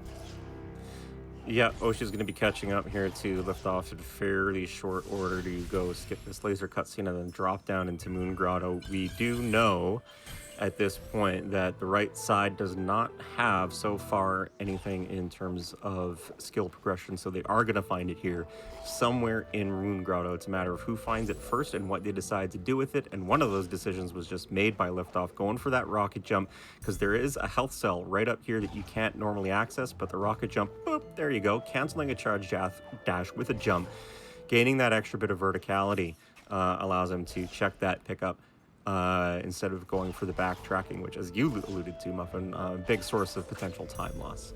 Exactly. Okay, so once again, Moon Grotto does not have a relic, which is required to find. There's one relic in 8 of 11 biomes, and Grotto is not one of those 8 biomes selected. And you cannot finish the seed until you find every single relic on the map, which is 1 relic per biome with 8 biomes selected. So on the left, we see Oshi picking up that Gumon Seal shard. They're going to also be heading down. We're going to see what sort of checks that Oshi does. Oh, making a Death Gauntlet play. I don't believe that Liftoff has actually checked this section first. So there might be something important, on the left side of the screen. Okay. Yep. So there it Bash and Grenade together are an extremely potent combo, and as far as expert logic goes, opens up a ridiculous portion of the map. You are expected to do things like Frankie lures to get them to stomp pegs for you. So technically speaking, left side is now open through Valley entry via that lure, and it is in logic for both runners. This is a potential divergence point here. We do see a teleporter to Swamp from Liftoff, heal here from Oshi. Where is he going? Yep, he's going straight to Valley. He's going to skip that kill plane. He's going to go up, break those rocks, and he's going to start digging for relics. This is an extremely aggressive play from Oshi, and I like it because the right side is basically relicless, while Liftoff is continuing to dig here for skills not comfortable currently with what he has. Yeah, and also for potentially the Grove relic as well. He wants to see maybe how difficult the spread is for the necessary relic. But this play by Oshi on the left, oh man, I'm getting chills, like literal nerd chills just thinking about this, goosebumps on my arms. Because like just going for the left side is an aggressive play, but Bash is that powerful of a skill. Not only does it really chain well with dash and grenade and the other skills and getting past enemies and stuff like that, but literally in the hands of an expert like Oshi, it's going to allow them to be able to check so many more things. And so going through Valley, going into Misty, going into Sorrow is all going to be accessible, even though they may not have some of those other comfort pickups like Glide, like Charge Jump, like Stomp, to be able to go to those areas. So really aggressive, but I'm loving this play from Oshi. Yeah, so this is a speedrun trick that you're seeing on Oshi on the left side of your screen. This is used in the all-scale speedrun. It is called Fast Stompless. We take a projectile and we fire it at the rocks above Kuro's head and move to the right to despawn rocks that are actually in the way, and that allows the projectile to break the rocks for us. The intended thing to happen there, which Oshi did not get, is for him to go up and collect the ability cell while that shot is traveling. It'll be interesting to see whether or not he goes back for it. There is a relic here in Valley. It could very well be there. We don't know. So we're going to see that momentarily from Oshi, who I would say does have a bit of the early advantage here. But one of the things that you didn't have in your seat earlier on this evening, Muffin, was double jump. And you were talking about some of the comfort pickups there. Double jump is definitely one of those in order to be able to clear out the left side of the map, especially in Misty. So this is a fairly comfortable position for liftoff, except for the 4 health, which is very low, meaning that a lot of things on the left side here are going to kill him. Right, exactly. And if you're just tuning in, folks, and just joining us, we are currently featuring a race between Oshi Mine and Liftoff, and they are running the Ori and the Blind Forest randomizer. And so in the randomizer itself, the pickups are actually distributed randomly, but the pickup locations are the same. And so lots of really interesting Metroidvania aspects. We have the trackers below the respective runners' streams to be able to help you see exactly what skills they have and what things they have. So currently, Oshi on the left is going to be opening this door connecting sort of Valley entrance with the rest of Valley, but is going to opt to not actually continue downwards. And this is potentially because Oshi doesn't have Stomp. Oshi also doesn't have Climb Charge Jump, and there is a floor that you have to break to be able to get into the lower Valley areas. But that being said, also, there are more pickups in Valley where Oshi could find that really crucial relic, right, Shafe? Yeah, absolutely. And he does pick up a mapstone here, which is on its own useless, but you can turn that into mapstone altars and it will refund you a different pickup. And it doesn't matter which altar that you put it into, it will give you that item in whatever order that you put it in. The first mapstone that you put in is going to give you the first item in a particular sequence, as Oshi is going to position this frog to break this floor here in Misty, looking for the relic, carefully positioning that bash with a double bash, giving up a little bit of extra height. Very nice. And Liftoff on the right side is struggling a little bit with this Valley access area. Does pick up this ability cell, which Oshi didn't, just 25 experience. That will be a relief for Oshi, even though he doesn't know it. On the trackers, I just want to run through that real quick for you. From the top, middle, and going around, we have Sign, Wall Jump, Charge Flame, Double Jump, Bash, Stomp, Glide, Climb, Charge Jump, Grenade, and Dash. Those dots that you see in the center represent the shards, so the pieces of the dungeon keys. The dungeon keys being positioned just above those, left to right, Water Vein, Gumon Seal, and Sunstone, and then the world events, Clean Water and Wind Restored, are below that. Successful Fast Stompless by Liftoff, taking the rocks out from above Kuro's head, and now gets to have a little bit of a handbrake and decide where he wants to go next. Excellent. Nicely done from Liftoff to be able to close out that very precise trick. Over on the left, Oshi, 0 energy, 1 health. One of the biggest bars for our... Oh no, the death! For our runners is there's only been 1 health cell shape. They've only found 1 additional health going through the seed itself. So even with the air retention, even with the mobility that they get from Bash and Dash, as we see on the left, Oshi double bashing this bird to just try and avoid taking damage from those spikes. Very nicely done. That is not as easy as Oshi made it look. It's like they have such little room for error, as Oshi is going to be forgetting that they have Grenade bash? Oh no, this is a really bad pickup to miss.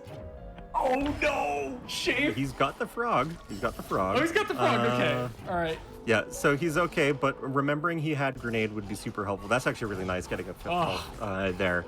But low on energy as well, does not have the ability to do a whole lot of healing from Rekindle on the blue ability tree, which does give you 1 health cell back whenever you place a save. So not only low on health, but low on a way to recover that health, and you can very easily just go splat here in Misty. So that's a little bit of a dicey position, and he's coming up on one of the toughest things to do with this skill set here. You got to do a very, very careful weave coming down through these spikes. Wants to check what this pickup is first. It's just a keystone. He scums it. Doesn't need it. And now will he set up for the zombie Ori? No, he's going to throw a couple grenades. Takes a hit off of the mortar shark, stalling out. Liftoff, right side of your screen in the meantime, is trying a very difficult bash grenade sequence up to the perch pickup for the experience that is there. Did not get it. The sides to go into Misty. Just 2 health. Again, no energy here for Oshi. Does not get the weave and takes it all the way back here. This is going to allow Liftoff a little bit of not an advantage necessarily, but time to catch up to Oshi's progression in Misty. Yeah, this is tough, especially with the skill set. Like, not having glide is ever so evident on Oshi's screen of how nice glide actually is to have as a runner as well as a player of Ori in the Blind Forest. There are things you can do. You can use an air dash to be able to reset your downward acceleration or downward velocity, excuse me, so the re-acceleration happens. But wow, nicely done.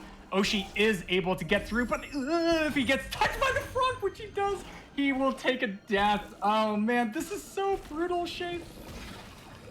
I kind of like the positioning of this save overall, though, from Oshi. He did check that pickup hidden off to the right-hand side. It was just experience, so he knows he can skip it now, which enables him to perform this weave a little bit more comfortably, but he really doesn't want to take this hit on the spikes on the way down because he can't place a save, and he wants to use this frog to basically hit that ceiling tile right there in order to get towards the climb tree. But I think he's just kind of given up on that. He's going to take the vanilla path out here, maybe kill some slimes, hoping for an energy or a health cell. No dice so far.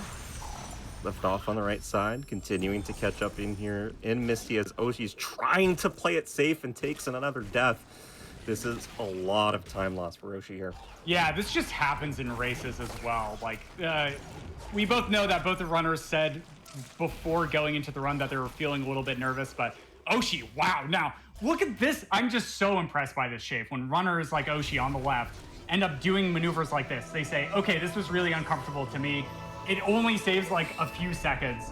And so like just going through the normal pathway to be able to get to the tree is a really nice play. But the problem here, Shape, with this play from Oshi is now there is a floor in the way. So Oshi is going to have to backtrack the same way that they came in, right? Because our runners don't have stomp. They don't have climb charge jump to be able to get through that floor. So Oshi, but really honestly, nice improvisation.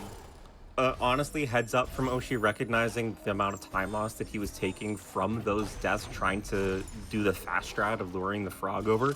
Just like, no, it's not working for me. I'm going to go to something that's a little bit easier.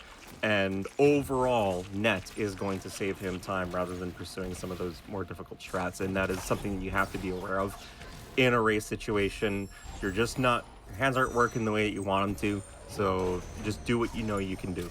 And I like that, but still, significant time loss from Oshi here, taking repeated deaths, trying to get back out through the top here, has allowed Liftoff to get to the climb tree and effectively tie this game, as they both have the same amount of relics. They're both in the same zone. They've both cleared more or less the same checks. Liftoff, meanwhile, forgetting that he doesn't have stomp. Oh, does Liftoff know that you can just backtrack?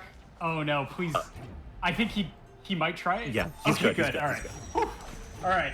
Oh boy, that always like really scares me. Like if somebody doesn't know a certain route, which is a lot, and this is like probably the most difficult aspect of Ori randomizer in general, is remembering every single additional route that you can take to be able to get through a section. But Liftoff, very, very on the heads play, as you mentioned, Shape.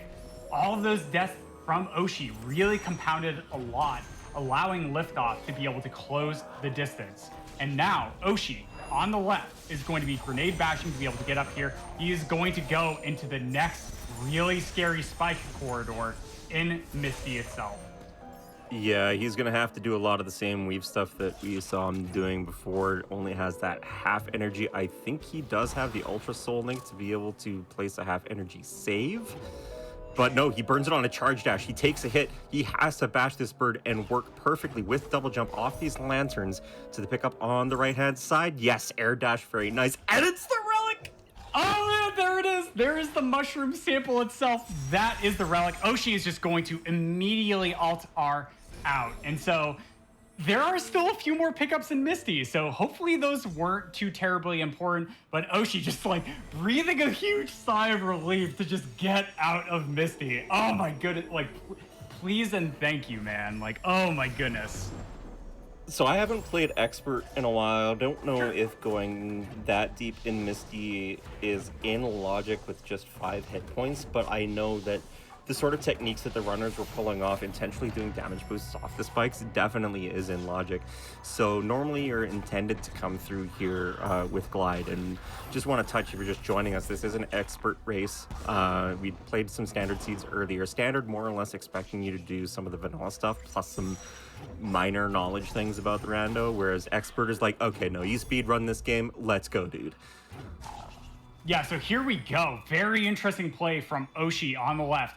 Going into Ginso tree. Once again, Ginso does not have a relic. But Ginso could have an important skill. Or it could have an important shard. That third Gumon Seal shard has been eluding our runners. And so if Oshi is able to find that last shard in Ginso, all Oshi needs to do is either track down the shards or have the skills necessary to be able to go through the remaining biomes to be able to get it, right? Because our runners don't have an important skill to get through Sorrow yet. Right, Shafe?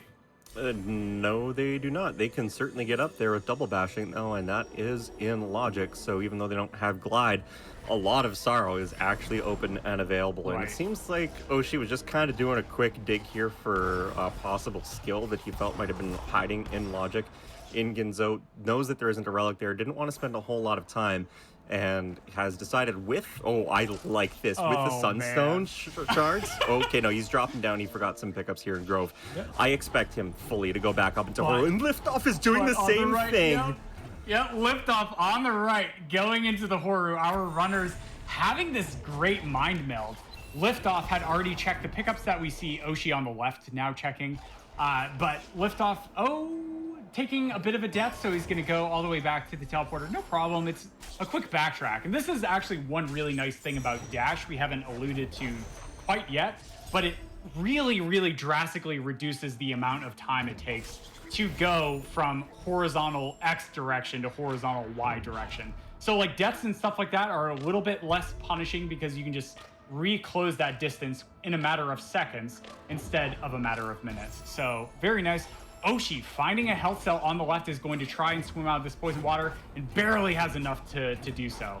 While on the right, Liftoff coming into Horu Fields. Still no Grove Relic on the map. Still has to track it down, checking Horu Fields, and then potentially making that Horu play, Shafe.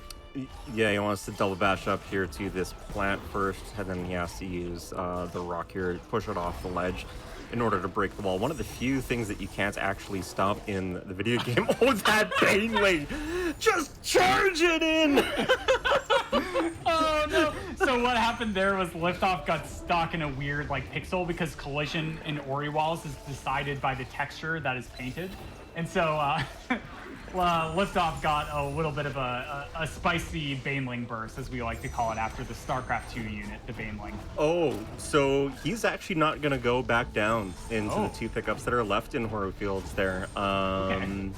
Grove Relic? Yeah, I think they do have the Grove Relic. Oh, do they? Oh, okay, that was my mistake then. Hold on, I'm just checking the track. No, they don't actually. They do not. So yeah, oh, okay. Yeah, no, the Grove Relic could be there. Not a huge deal because there is the teleporter right here, so you can just teleport back to Horu and then go to Horu Fields again. Okay, so he just wanted the teleporter and he's gonna dip out to Grotto. Be interesting to see whether or not Oshi continues on in Mount Horu itself. because one of the things that you have to consider when you're running any randomizer, Ori included, is logic. And knowing this, I think Oshi got that extra Sunstone Shard up at the Grenade Lockpick up in Grove, and so he might be thinking in his head, okay, yeah, definitely Mount Horu is now in logic. There might be something there. So go there for the relic, go there for some extra pickups. He is going to check these pickups that Liftoff missed, so we'll be able to see if they're anything of value.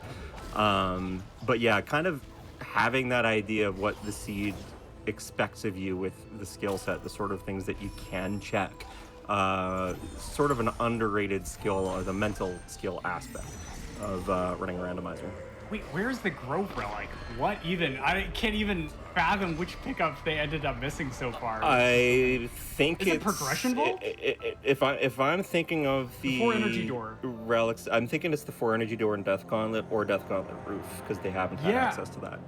Oh man, dude, okay, this is so awesome. As us commentators are sitting here trying to puzzle it out based on the pickups that these people have picked up. It's like resources are that important, right? Like skills get a lot of the activity with the conversation, but like resources, energy cells, health cells are super crucial to be able to get through a randomizer very quickly. And so Oshi finding a lot of these, finding the energy cells, finding the health cells in this lower area. And I like this play from Oshi on the left, like going through and defeating the mini boss. We have a trick known as door warp to be able to get to this area, but just killing the mini boss will actually end up opening it up. And you might notice something a little bit weird about Horu in this randomizer is that, as Oshi finds Warmth Return, is that the lava is missing.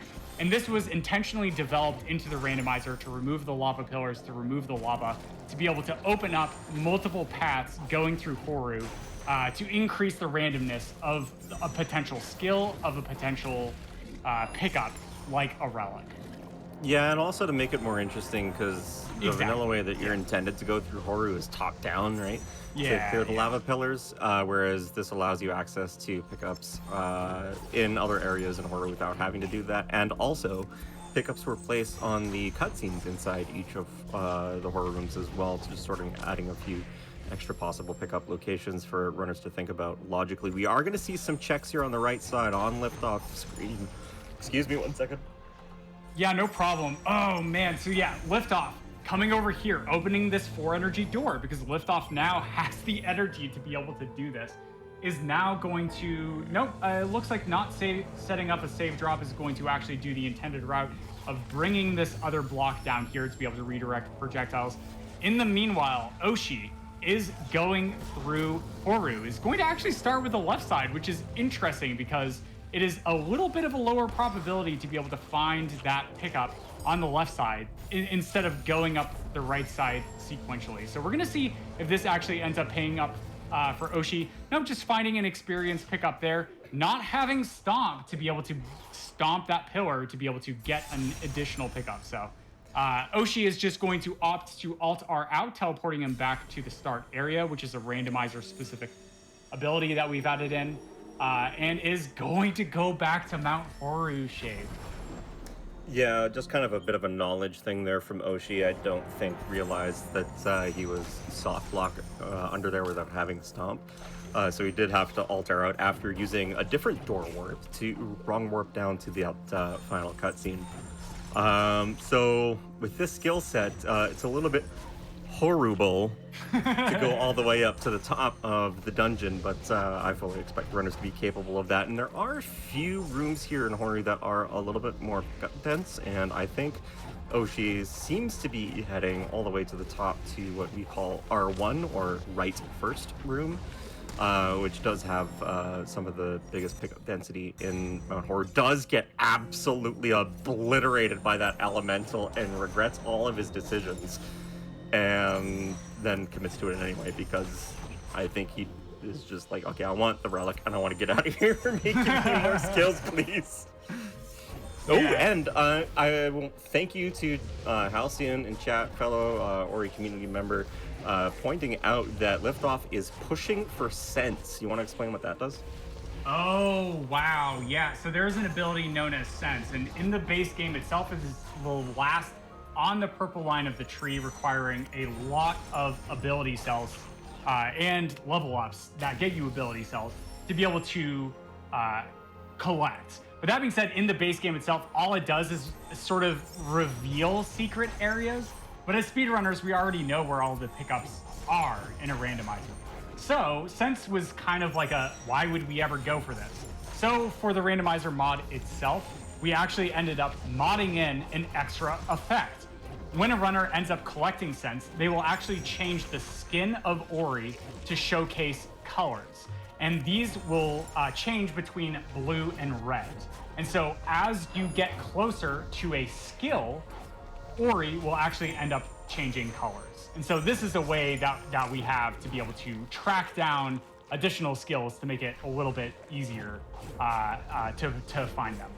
Yeah, and even for expert runners, when you're looking into a seed like this, which has been relatively skill starved, I mean, with the exception of finding Bash, the runners have basically been on the same skill set since like 30 minutes ago. Sort of a sensible play for Liftoff to go and pick up Sense, because it's going to give him that extra bit of information, the ability to check quote-unquote pickups faster just by getting near them and using that proximity to see whether or not there is something valuable there, whether it's going to be the last 2 months seal shard or another skill and that kind of thing. So it could very well play into Liftoff's advantage here in terms of just being able to speed through scrambling for those checks, getting that next skill, which they're going to want Stomp to get access to Forlorn unless they get the Forlorn teleporter. So that's kind of like the next big thing that is gating them. And then I would say probably Glide for the purposes of making Sorrow easier. Right, exactly. And another skill that they could actually end up using is Charge Jump to be able to get access to Lower Valley. So we'll see what happens as the seed sort of unfolds, but interesting sort of strategy divergence from the runners. On the right, we see Liftoff going to areas where he knows that there is not going to be a relic opened up in the seed itself. But on the left, Oshi knows that there is indeed a relic over in Mount Horu. And so even though Oshi does not have the skill Stomp, which could be incredibly important for traversing through Horu to be able to find that relic, is going to dig through anyway. And this is going to give Oshi a nice little bit of information as to maybe where they should end up going next. Because if Oshi knows that he needs Stomp to be able to complete out the seed, he is more likely to go to Forlorn Escape. Right, Shape? Yeah, well, yeah, and it's also some valuable information for Oshi in terms of when he clears Horu, if he doesn't find the relic or another skill here, he's going to know that it's going to be Stomp gated, because there are 2 skills in the game that absolutely hard lock certain pickups. Those are Stomp and Grenade. They've had Grenade the whole seed. They do not have Stomp, and part of completing Horu is stomping down those pegs like you saw Oshi was not able to do on the left side of your screen earlier on when he wrong warped in L4. Sort of a backdoor play there. Didn't have Stomp, couldn't access the pickup that's on that cutscene. So this is, in a way, information for Oshi as well, because you'll be able to figure out whether or not he absolutely has to dig for Stomp, or whether or not maybe Glide and Charge Jump will be fine.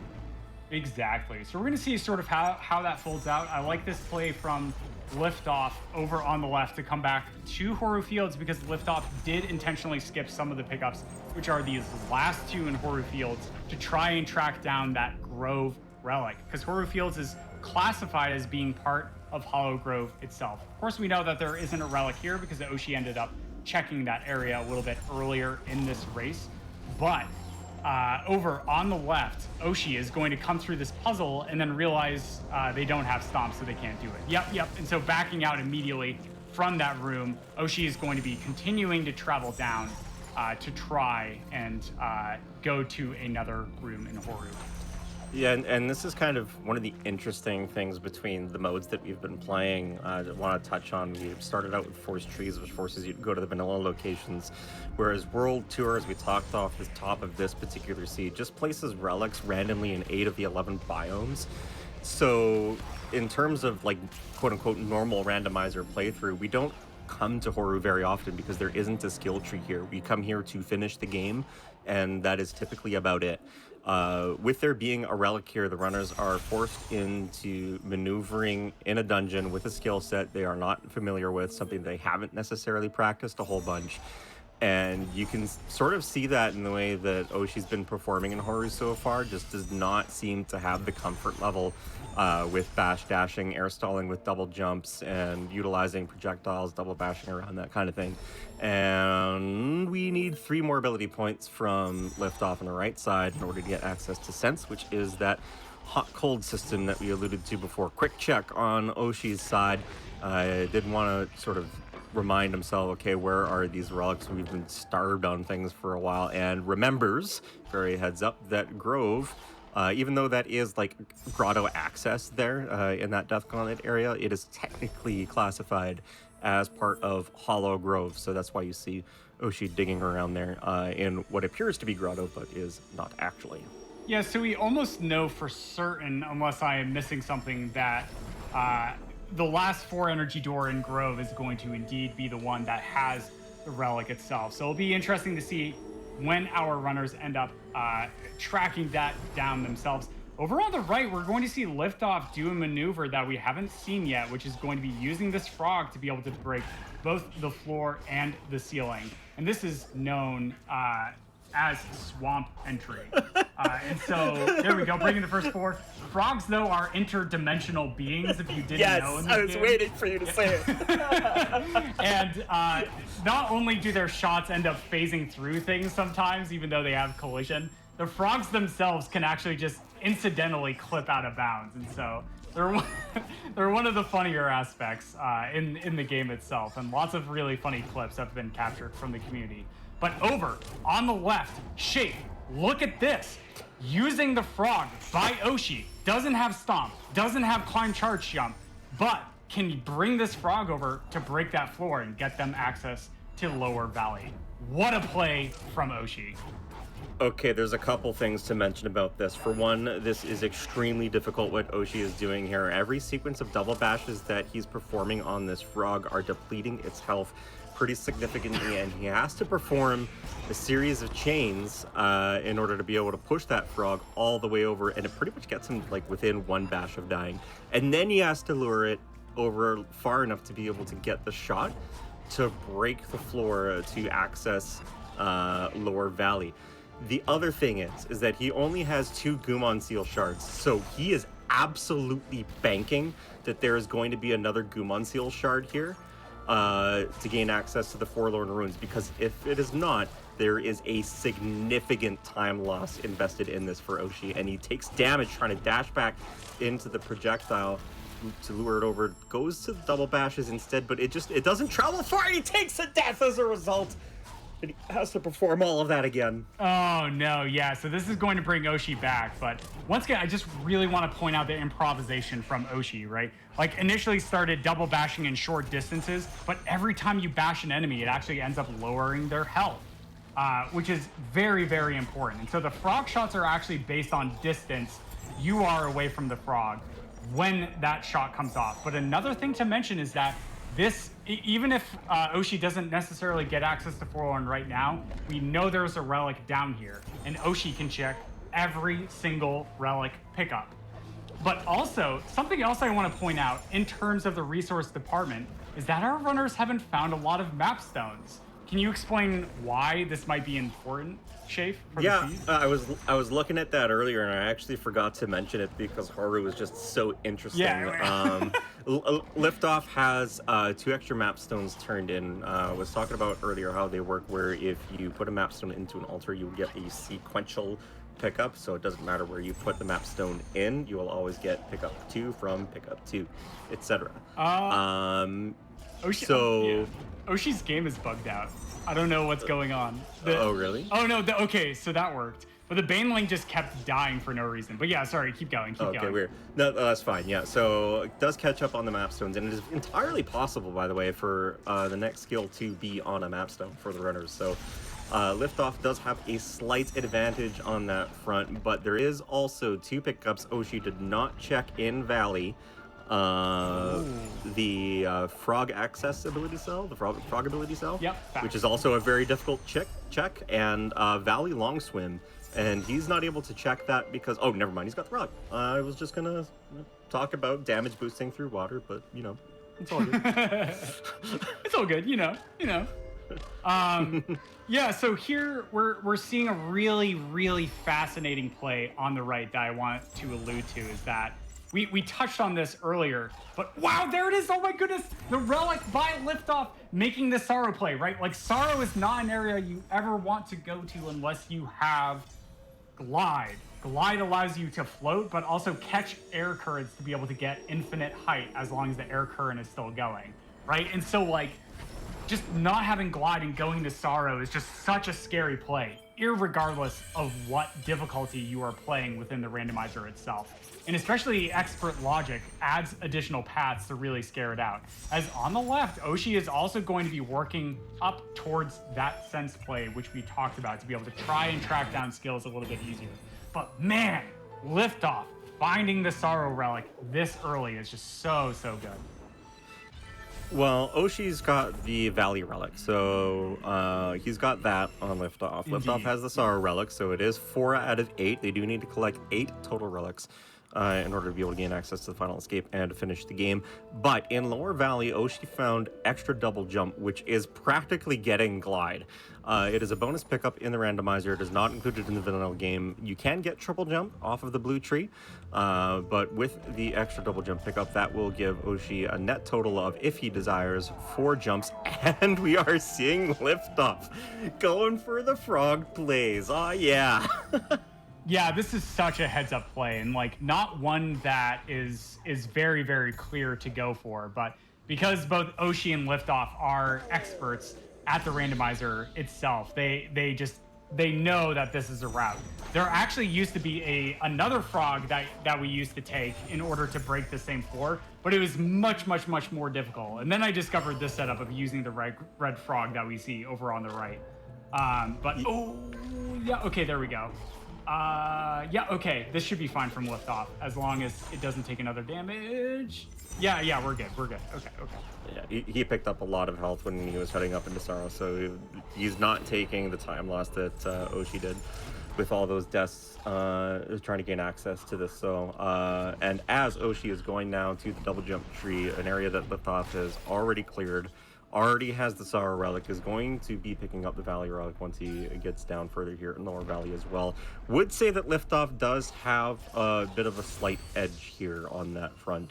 Although execution has, despite some of the big deaths from Oshi, like overall his execution has been a little bit better. He's just been kind of chipping away at his own advantage by taking those big deaths. So if he can clean it up just a little bit, I don't think that this lead from Liftoff is safe whatsoever. Yeah, absolutely. And once again, it's really coming down to either finding Forlorn Teleporter or finding that third Gumon Seal Shard to be able to get access to Forlorn. And that really is what is gating our runners from being able to progress. Unless, as you mentioned earlier, Shafe, as a really good point, is that Stomp. Stomp could still be required to be able to finish out the seed. We don't know where it is, because Stomp is one of 2 skills in the seed itself that can actually end up causing a hard lock to happen, which means it is literally impossible to be able to check the pickups unless they do something like go out of bounds, which is not allowed unless you have that skill. Yeah, with this mega health, Oshi's going to be taking a dip here into Valley Long Swim. Does not have Ultra Defense, has 12 HP. This is going to be tight. This is a normally 13 HP swim. Does take a death to the Crushers there, but when he respawns, he will continue to have the bonus health. So he will get opportunities to do this again, but he has got to make an absolutely clean path. And even that little nudge that he took to that one Crusher is actually going to be enough to prevent him from doing this. This has to be absolutely pixel perfect if he wants to get through here. And I think he recognizes he's not going to have it, so he's going to double back to the Grove Teleporter, and we'll see where the runners are heading now. And Ginzo Tree is where Oshi is betting that skill progression is. It's been open for a long time with the Ginzo Teleporter. So the only question here, I think, from Oshi is, does he go up or down? He goes down. That's the smart play, I think. It's more pickup dense area than the escape. And, ooh, long flippers here from liftoff. It's just experience. Big sad.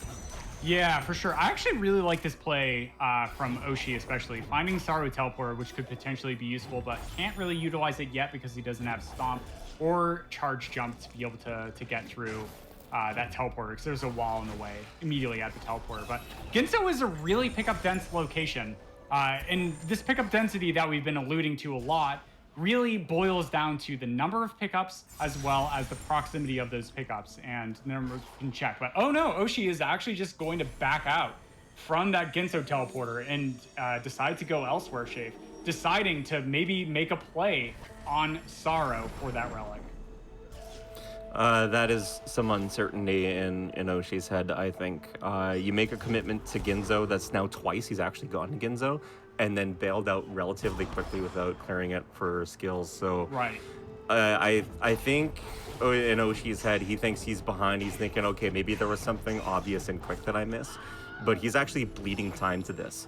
Meanwhile, Liftoff is confused. One of the rare times that you will see a randomizer runner take a look at the map and go, what have I not checked? Yeah, this is where is skills? this is a really important thing to do especially whenever you're racing a randomizer, is just sort of check with yourself, like, what have I done? What have I not done? What is in logic? What is outside of logic? And so the seed will place pickups only at very specific spots in order to sort of allow you to progress. But also, if some sort of progression ends up randomly happening, it doesn't necessarily need to do that. So there's still a lot of pickups to check for our runners that are technically, quote unquote, within their capabilities of doing so, as gated by the randomizer itself. And so we'll sort of see how our runners work with this to be able to check additional pickups. Answering a quick question in chat, yes, you did hear Wilhelm scream Easter egg, that red frog above Kuro's perch. If you bash him off the ledge, you get the Wilhelm scream. Fun fact. Oshi's going to be doing some Sorrow pickups here. We know where the relic is here in Sorrow. It's just off to the left. There is something on a map stone, by the way. Oshi has picked up Sense. And no, he hasn't. Sorry. Why is he red now? Oh, I think he color-coded. Yeah, he color-coded. Yeah. Oh, okay. Never mind. So scratch that. We know the relic is over off to the left side. I think he's going to want to dig for that first, because the affectionately named Dorito Caves up above are just awful to get through with the skill set. Yeah, they're terrible. So this makes total sense, and I think we're seeing Liftoff now make the play into Horu. He is doing the door warp, which we did not see from Oshi's side. Oh, because he sensed warp returned on validation. The debate. Yeah, so Sense once again just changing the color of Ori to give a bit of a hint to a runner that, quote unquote, something important is gated there. And so as Oshi finds the relic in Sorrow on the left, we'll see if Oshi ends up continuing in. But Sense on the right for Liftoff, showing the worst world event that you could find between Clean Water, Wind Restored, and Warmth Returned. And Warmth Returned is something that gets activated once you start the final escape. It doesn't do anything for our runners. Yeah, it's just purely a lore thing. Yep. That's all it is. Yep. So there are some pickups here in Horu that Ochi did not check. I was going to mention that Liftoff kind of seemed a little bit in one-off mode, and by that I mean checking just sort of stray pickups that were left abandoned in the early game, seeing if progression was there. And in a way, I like that at this point in the seed, with the way that the skills have been just so spread out and so sparse. It kind of bought him a little bit of time to just sort of think, okay, there's some quick pickups that I can check here. Where do I go now from here? Where could progression possibly be? And he is going to check this one experience. Oh my god, that is so huge. The Forlorn Teleporter. Wow, oh boy. There it is. The pickup that Oshi ended up missing. Forlorn Teleporter in L4, I believe that is, on the left-hand side. The pickup right before the Stomp Peg. And that is going to give them access to Forlorn itself. And so We'll see. We'll see what is important in Forlorn, because it doesn't seem like there's much anywhere else. But oh my goodness, Shape. Also, we found out, we know where the relic in Grove is, and it is the Stomp Peg in Spider Pillar area that leads to the swim. So either you need Charge Jump and Death Gauntlet, or you need Stomp to be able to do the peg and then do the swim to be able to get to the area. No Charge Jump, no Stomp. They don't get it. But Oshi coming back to Horu. This could be the ultimate play if Oshi just remembers that there is a pickup before the Stomp Peg on the left-hand side of Horu. Yeah, we'll be able to see in fairly short order how much that pays off for Liftoff. It does pay off in terms of the relic, now having a decided relic advantage, having 6 of them. Does have some options here whether or not he wants to continue checking, looking for that skill progression. This Keystone could have something, the rest of the front side of Forlorn could have something.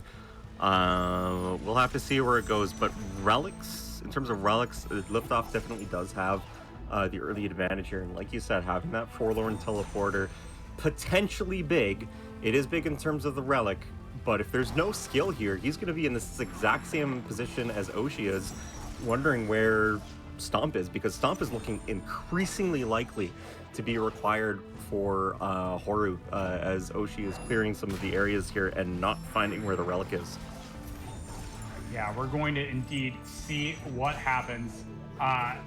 Liftoff not finding anything is going to quit and reload, because the game actually spawns like a cutscene which redefines where Ori is going to save to. Not finding really much of anything. There still is Forlorn Escape that Liftoff ended up missing that could have a pickup, as well as I believe some other pickups in Upper Forlorn. So we'll see if Liftoff actually goes back and revisits those. But no, instead is going to go to Horu, because Liftoff knows that there is a relic in Horu that they do not currently have. Yeah, and Oshi was trying to charge dash through these lasers. The way charge dash functions mechanically is that it basically just teleports you a little bit before the actual charge dash animation starts, and that allows you to completely ignore lasers or go splat and just save scum something, because it's more difficult to get out. Which I like from Oshi, kind of a little bit of a heads up play there. He could bash nade his way up to the cutscene now. That's the last pickup that he has left. Door work here as well from Liftoff on the right side of your screen. Looking for that pickup that is technically, well, no, it is in logic once you complete the chase, but because they don't have Stomp, the chase can't be activated. So out of logic pickup here for Liftoff, while Oshi is continuing to struggle with some vanilla strats here in, I believe it's R3, and we're still looking for that Horror Relic. We don't know where it is. Grove Relic, as you alluded to, Death Gauntlet Roof, or Butter Cell is also an option. Oh, yeah, true. Which is another Stomp Lock pickup, although you can lure Igor, the mad scientist, our favorite Frankie in the game, to stomp the peg for us. So that is possible, and I believe that's actually in Logic and Expert as well, so... Yeah, it's interesting because it doesn't actually require any skills, I believe. Like, it might require bash. I know one of them does require bash, but I think the Igor one does not. But that being said, we're going to see, as our runners go through Horu, which one may necessarily have the relic, but still no Stomp, and Stomp is one of the most important skills for Horu, because there's a lot of hard locks through Horu that could potentially be hiding the relic.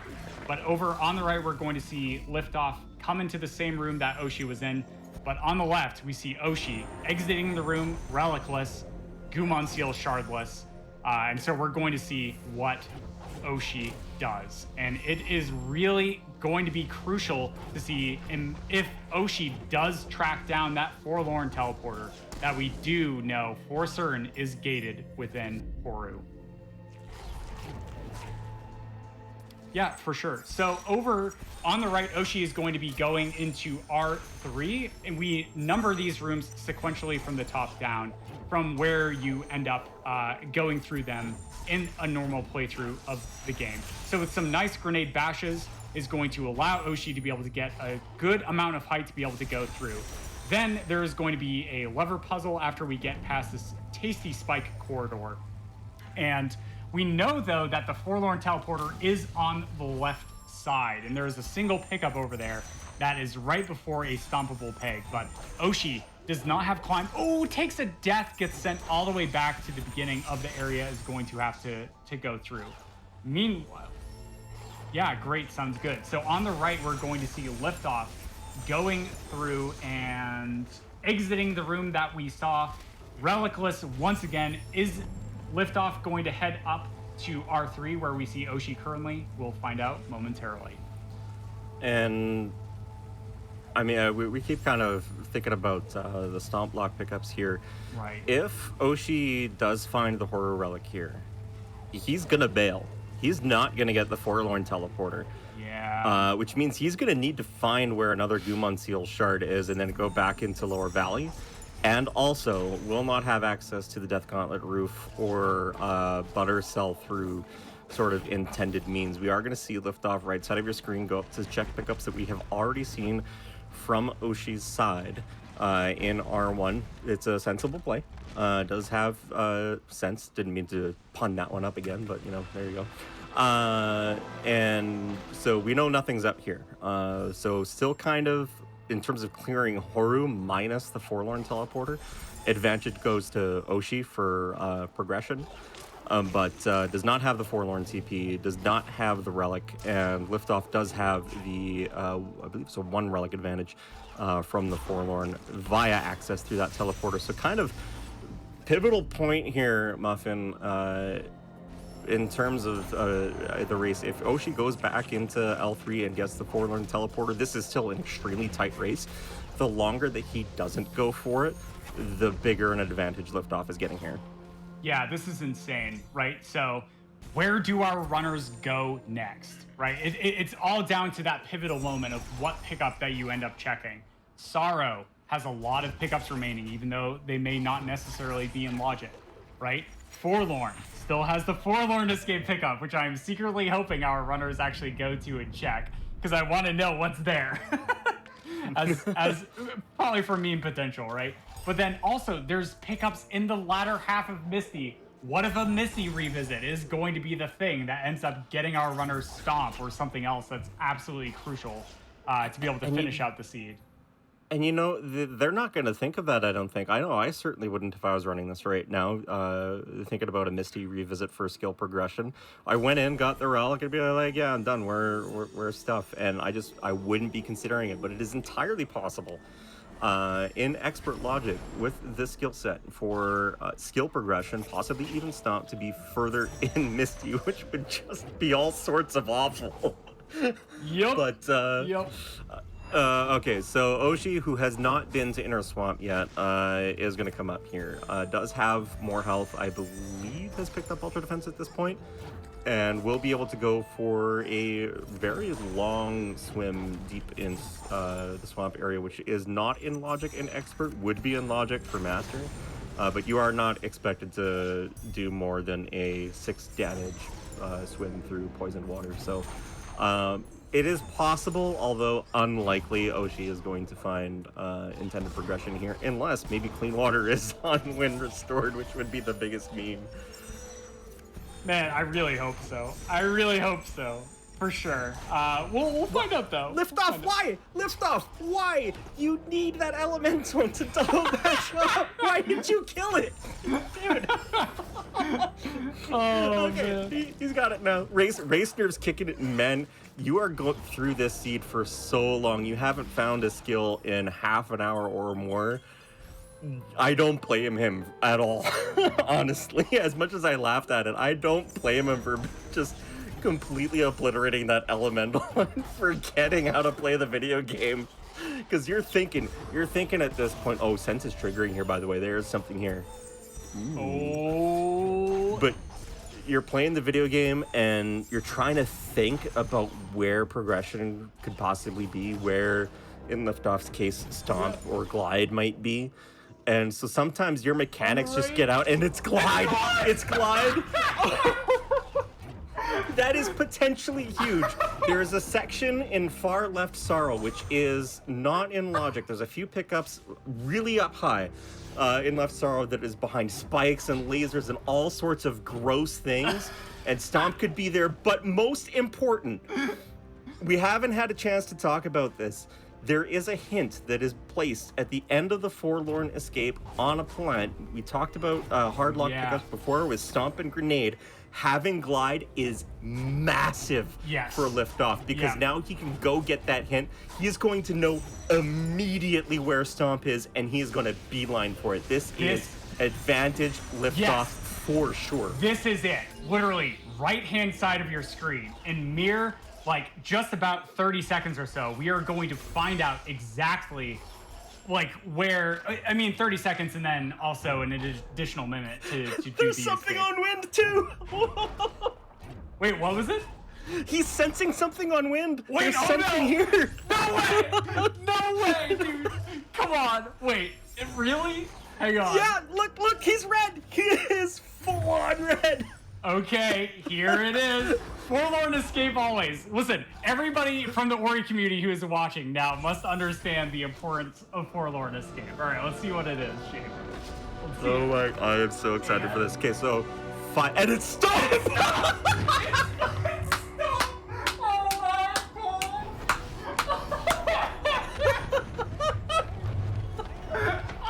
I'm dead! I'm dead! Unbelievable! Unreal, dude.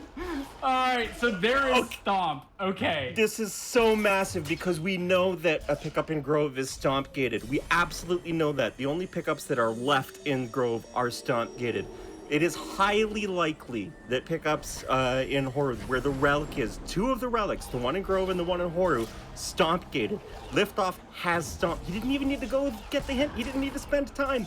She's sitting here doing double bash chains in a relicless area, not getting progression out. We know he's not getting progression here. Whereas Liftoff is just full on go mode. Yeah, this is it. This was the huge break that Liftoff needed to be able to take the huge advantage in the race. And it's going to be very difficult now for Liftoff to actually lose the race, to be honest, right? Has Horu TP, has like Stomp, which is going to gate a bunch of pickups in Horu, which is going to get them the relic. And then, not only that, has Stomp to be able to check Buttercell, which was not the relic, but also to check the final 2 pickups where the relic could be in Grove. So not only getting access to Forlorn early, not only finding Glide as an insane pickup, bringing them to do the Forlorn Escape sequence to try and track down which biome had Stomp into it, but finding Stomp on Forlorn Escape gets them Grove Relic, gets them Horu Relic, and puts them into the very end game of the race. Liftoff, go mode. Yeah, we absolutely know he's going to be getting the relic here shortly. It would be possible if, and we know the relic's not on Buttercell, but if it was, Oshi had a very slim chance of coming back into this with a Frankie lure. But that is a straight up, as far as Expert is concerned, a hard lock Stomp pickup because we know that Charge Jump is just absolutely buried somewhere, right? So Charge Jump would give you access to that as well, but it's obviously further on in the progression of Logic. So you needed to go to Forlorn to get Stomp to be able to access that relic. Oshi is definitely, he might think about the double bash to get the Buttercell pickup, but he is not going to be thinking about double bashing to get that Grove relic. Absolutely not. So this is now just Liftoff's race at this point. He's going to be losing time in this section. We know the relic isn't here. Oshi has cleared this room on the right hand side of your screen, so this will buy him a little bit of time, but he absolutely, if Oshi has a bat's chance, like at all, of getting in this, he needs to go to Horu. He needs to get the Forlorn teleporter and like just make the most 1000 IQ play possible. Yeah, for sure. And so like this is it, right? Like Oshi has done a little bit more of Horu than Liftoff has, but like we know Oshi needs to go back to Horu or somehow track down the remaining 1 Gumon Seal shard to be able to get access to Forlorn, and then just like make a play for Forlorn Escape, which is really, really insanely difficult without all of the skills that Oshi is missing, right? Like Climb plus Charge Jump or Climb plus Grenade Bash allows them to get through Forlorn Escape. And so without Charge Jump, without Glide, Forlorn Escape is just like going to be on the exact opposite side of the spectrum that Oshi is going to consider before checking to be able to track down that stomp pickup. But well, yeah, exactly, because the stomp hint is glide gated, to your point, right? Like you avoid that pickup because if you're gonna go, you want the stomp hint, so you want glide before you check that pickup. It is super double unfortunate for Oshie, by the way, because he picked up in Left Moon Grotto Charge Flame and was able to break the plant and check that pickup in Death Gauntlet Roof, but it's not. The relic isn't on the plant, it's on that Hell Cell. He has no way of getting it outside of Stomp. He came so close with that find of charge. Like, if that pickup was just one more to the right, Oshie would have been potentially back in this. Yeah, this is so tricky as well, because where glide was, especially, you normally would expect to have glide and logic to be able to do it. But this is expert mode. Oh my goodness.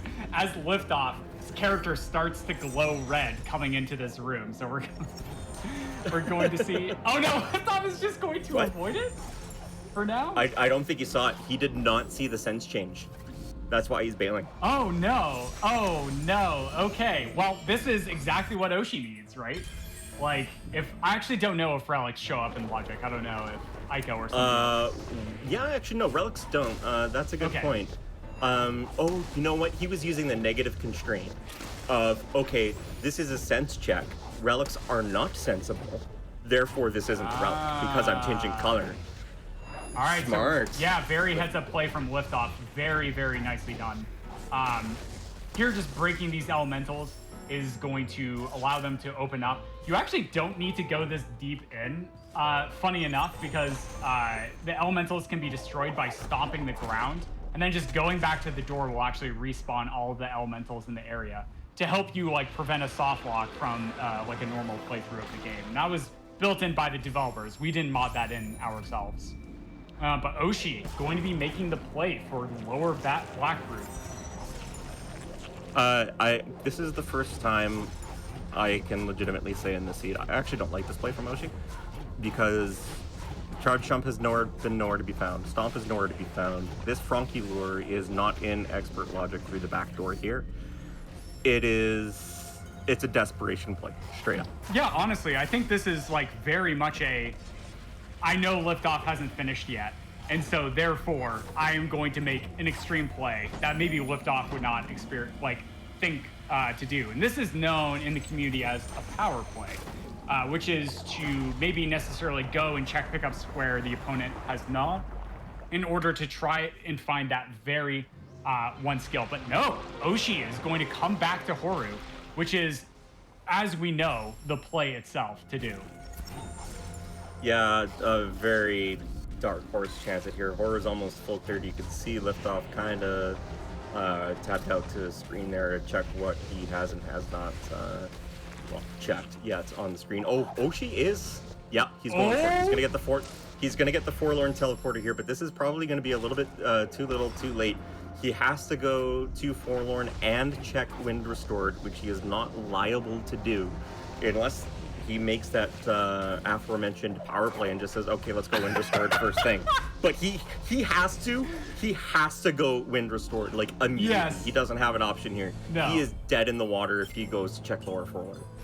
Yeah, this is really, really big. And as Shafe was mentioning, as we were discussing a lot, is like, you wouldn't naturally just go to Forlorn Escape. Like, that's not the thing to do. That's not the probability play. And like a lot of speedrunning a randomizer consistently fast is indeed going for that probability play. But we know Oshie coming up here is going to have a good chance of indeed finding the relic. I believe it was up above, or maybe it was down below. Yeah, it was up above the map. Okay, word. Yeah, so coming over here is going to place... Oh no, it doesn't have a map zone to turn in, so it's just immediately going to come up to this area. Very nice heads-up play from Oshie. And this is it, right? Like, eyes on the left. We're going to see what Oshie does now immediately after having found that relic there. But Oshie's still 2 relics down. Missing... No, he's going down. It's game. Oh, he's going down. Yeah, that's tough. Yeah, that's because I believe this is one of the last pickups where you saw earlier on in the race liftoff did the door warp here, and wrong warp to the end, didn't have stomp at the time to stomp this peg. I'm pretty sure the relic is here at this point. And then he's just going to immediately back out and go finish the escape. We know nothing is at the front half here. Forlorn for Oshi. We know he has to go to Wind Restored, then he has to go find the Grove Relic, and then come back into Horu and hope he makes the right play. Like, there's no way. This is like if you're watching Link to the Past randomizer and you're thinking to yourself, yeah, and there's the final relic on the top side. Like in Link to the Past randomizer, you're like, oh, well, if he just, falls in the Ganon fight 30 times, maybe he'll come. No, it's not happening. Yeah, This is definitely Liftoff's race at the moment. He's here in Horu. He's at the end, and all he's got to do now is finish the final escape, and the skill set is a relatively easy way to do it. Yep. So Liftoff is going to be placing a save at the entrance to be able to do that door warp, which is a 1-frame trick. You enter the door the first 60th of a second that you end up having access to the door, and it allows you to wrong warp to the very end of it. But here we go. Liftoff on the right has dash, has bash, is entering the final escape, and having glide and the number of other supplementary skills is definitely going to have an easy time of it. Meanwhile, Oshi on the left, still clearing Forlorn, coming back in. Are they going to go for the escape? Shape, it looks like they are. Oh my goodness, Oshi, I love this so much. Yeah. But on the right, here we go, Liftoff. Yeah, he's gonna get it, and I think he was kind of, when he was doing that reverse Ferunky walk for Lower Blackroot, I think he was kind of using that as a time to sort of just calm down a little bit and think where progression was, because he got the Ferunky to break before, and then he backed out immediately to come to Horu. I think he remembered he didn't pick up that Forlorn teleporter where that experience location was, and was like, oh no, I hope this isn't something, and then it turned out it was the thing. So sort of just unfortunate circumstance on that front, and honestly, rude seed. Yeah, this seed was rude. We ended up indeed vetting the seed ahead of time, but like the circumstances were random. So in expert difficulty, never know where players are going to go, what they are going to end up digging and checking. Both of these runners did an amazing job, so don't worry about the estimate, folks. These runners are still making good chance, as Oshi on the left is going to be reacting to Stomp as the Liftoff has successfully finished the final escape, and time is going to be coming up in about a minute. Yep, just gotta hold right until you see him pass the second tree once he gains control of a character you have not seen at all, other than in this little sequence here, a character by the name of Naru. And then that'll be it. So this is the first half of the cutscene, which you did not see when Muffin was playing, because grenade jumps are a thing. And in the meantime, Oshi, left side, does have Stomp now, and he is going to Swamp. He's going to be digging for the Grove Relic. I imagine he's going to do Butter Salt first, same as Liftoff did, and then probably save Scum back to Death Gauntlet Roof. Nope, he's leaving the peg. He's going straight for... Oh no, he forgot it. He forgot you need to actually stomp the peg. Yeah, okay. like how is Oshi actually able to like mentally comprehend how to go through the seed as time's coming up on the right for Liftoff? It's so tough, man. So tough. And time. GG Liftoff taking the win in this race today. Very, very well done. This was a very endurance heavy race. And when seeds go this long, especially with expert logic, it can be oftentimes incredibly grueling to try and go back through. So well done from Liftoff, especially. Especially in a race environment, man, because like if you're playing solo, you're just kind of playing chill, and maybe you're getting a little bit frustrated, but you're always thinking in a race environment, where did my opponent go? What have I missed? And you kind of get stuck in your own head and enter panic mode a lot easier than you would if you're playing on your own. So yeah, we're 10 minutes over estimate, but A, rude seed.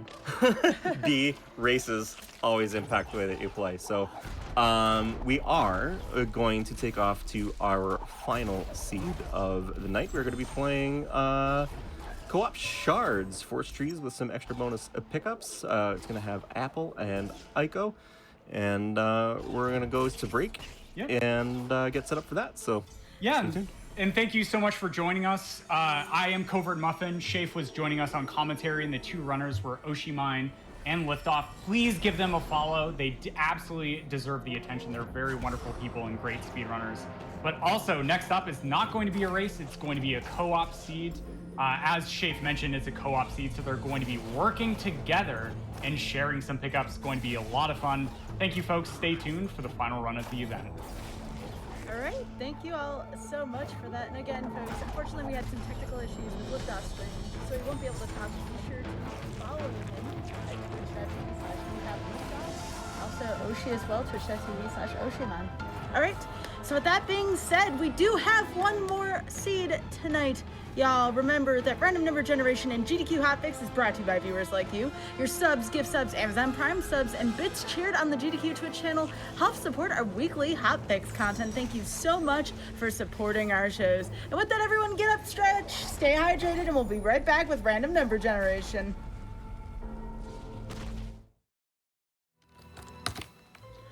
Welcome back to Random Number Generation. Tonight we have Ori and the Blind Forest Randomizer, and this is our final run for tonight. Very, very excited for it. Also, our first co-op run. So take it away, Aiko. Yeah, hi, I'm Aiko. I'm going to be running a co-op standard shard seed with Apple Tree. We have Liftoff returning for commentary. How are you two doing? Hello, I'm doing good. I'm kind of winding down after that seed that I just played. That was a tough one. But that was pretty crazy. All right, I'm going to give us a countdown, and we will start, and then I will talk a bit more about this format. We will start on 3, 1, 2, 3.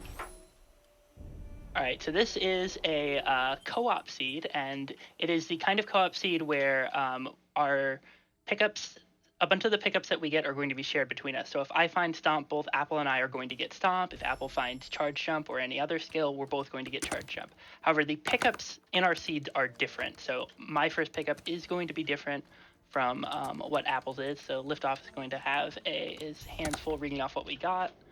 And then the other thing that we have going on in this seed, we've already seen shards. The last seed was shards, but what we have new in this seed is bonus pickups. There are a couple pickups here that will modify how some of the base game skills work, and that will be, I'll give more information about that as we find them. For now, we're just going to be picking up the first few pickups of the game, and oh, nice.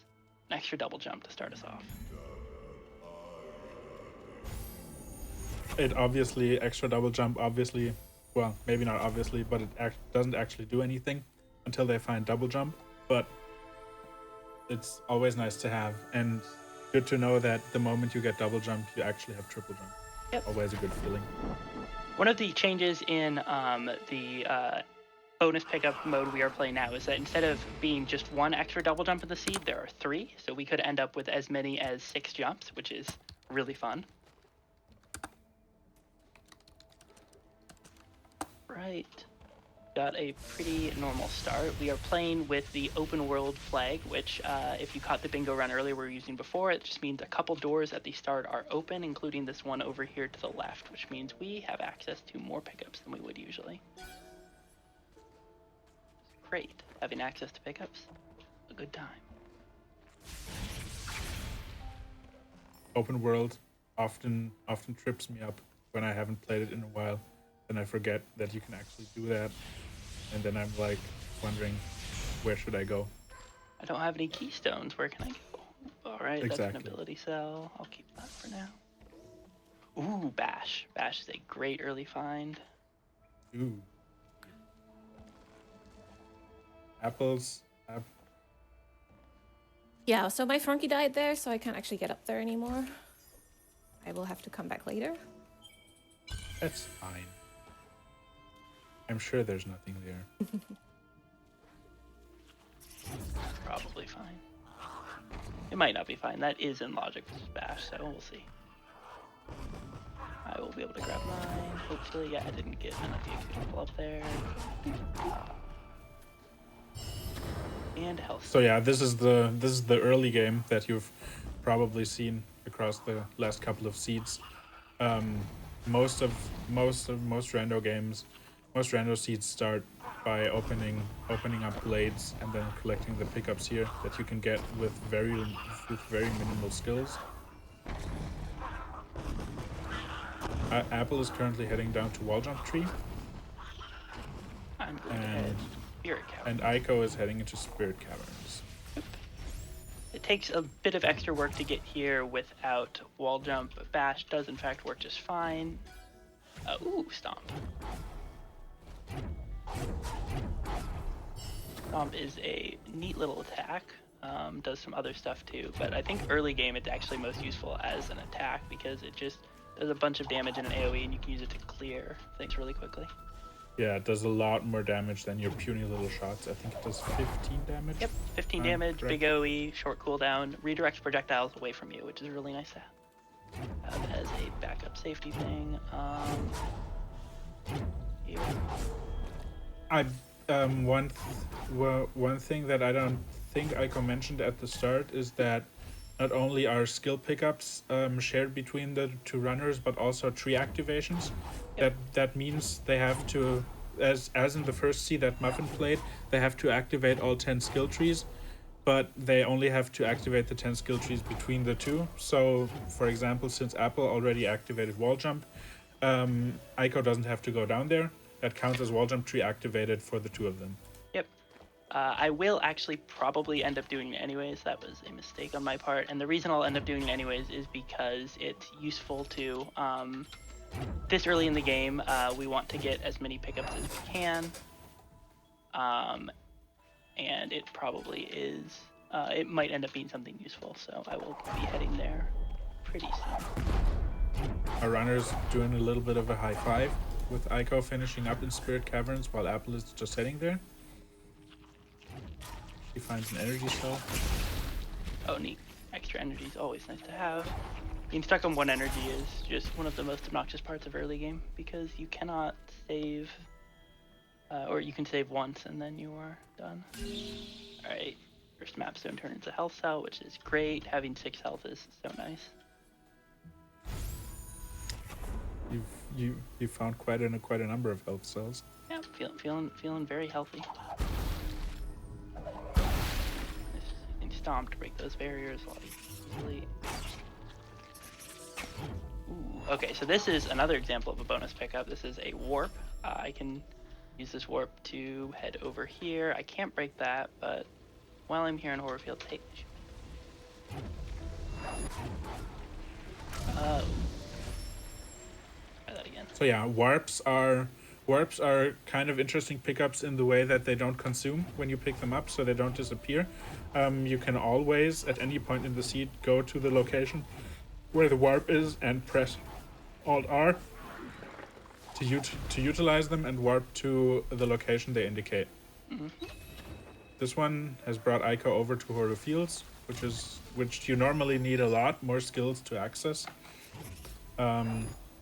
But there's not much there, so Aiko's just going to take a death and return back to the somewhat less dangerous area of glades. Yep. Apple just found us climb, which is great. That'll be our wall interaction, and with climb we can get basically everything around here pretty easily. And yeah, the warping and then just sort of saving right before warp, checking the stuff there, and then just sort of taking a death if there's nothing there that you want is a pretty common play pattern when you are using bonus pickups because it's just convenient, easy.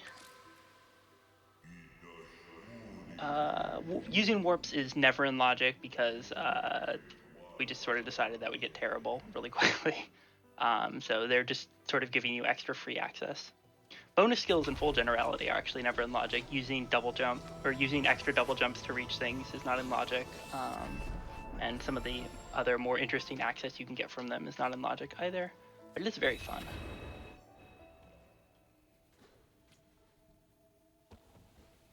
Alright, with that cleared, all we really have left that we can go, or at least on my seed, is this lure in this direction, and then also I can go to Blackroot and do the lure first. Hello. It seems Apple had the same idea because she's currently also doing the Frankie lure. But my Frankie has disappeared. Oh, no. Fine. That's weird. Sometimes on scene transitions, enemies can get lost if you lose track of them. Yeah, but don't I they didn't want- normally return to their spawn location when they do that? I guess. Right. I guess it depends. Anyway, Blackroot time for Apple, and 19 experience time for Aiko. we're just not going to talk about that. It's Blackroot time for me too.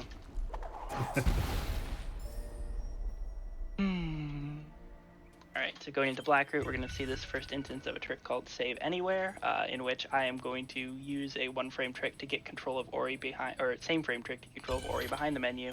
And when you do that, you can move around, enter a cutscene, and spend ability points to save the game. And once the game is saved, you can just sort of quit out and reload and skip cutscenes. It's great, you don't have to watch cutscenes. So, Blackroot is an area with a neat little mechanic. There's an orb. You can pick up the orb, and when you're holding the orb, some platforms disappear and other platforms appear. The orb will warp back to you if you pick it up and drop it, so that's what I'm going to do. I want that spider to shoot me. Whoa. You shot up here. Now the orb will fly over to me, pick it up, and people who have played the vanilla game may remember having to do an obnoxious platforming section where you take the orb, jump over some shots, jump over some lasers. In the randomizer, we don't do any of that. We just sort of return to spawn and then come back. I mean, you could do it if you really wanted to, but it's slower nobody wants to. There was a time before people had timed it and realized that it was just always slower when with some skill sets you would do it. But as it turns out, you can with no skills just sort of make this jump here across this gap. And once you've done that, there's just no reason to do it. It's a bit of a tricky jump. Yeah. It's not totally free, but you get there, and often you have other skills that make it possible to go across the top anyway. Mm-hmm. Not in this case though. Yeah. Well, actually, I could have gone do it with Bash. I did it with Bash. Yeah, I could have gone Bash to go across the top, but I wanted to show off the jump. All right, so now we have this little auto-scroller section of Blackroot. Ride platforms. This is the last really slow part of Blackroot, where you have to carry the orb up to hit a lever and then insert the orb to turn on the lights. Neat little puzzle. You can't leave the orb on that one because if you do, there won't be a platform blocking that laser. You leave it on the one before. Good. Right, and now I'm going to do more of those save tricks too. Oh no.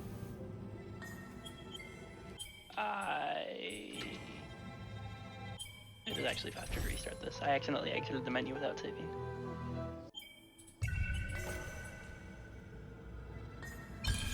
There we go. Right. If you do a save anywhere here, during this cutscene, it's actually quite nice because it works out in terms of timing that you can just use the time while the cutscene is playing and you have control to check this one pickup and then exactly get into position to skip another cutscene or stack another cutscene with Yeah, you can stack cutscene stuff here. And that works out pretty well.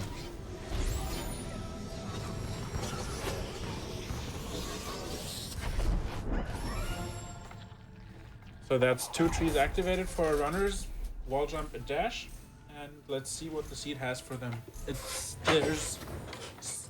gotta be something soon. Yep. There's wall jump. Well, kind of. We could get all the way to the charge flame tree, but there's got to be something decently soon. Yeah, that's. I don't know if you want to call that something, but yes.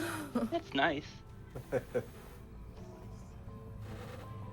I'm gonna save here. Neat little trick you could do here. It's actually faster with this much health to reload. If you save with the lever pulled, the lever stays pulled, and then you don't need dash. One of the only save anywhere / rekindle glitches is in standard logic.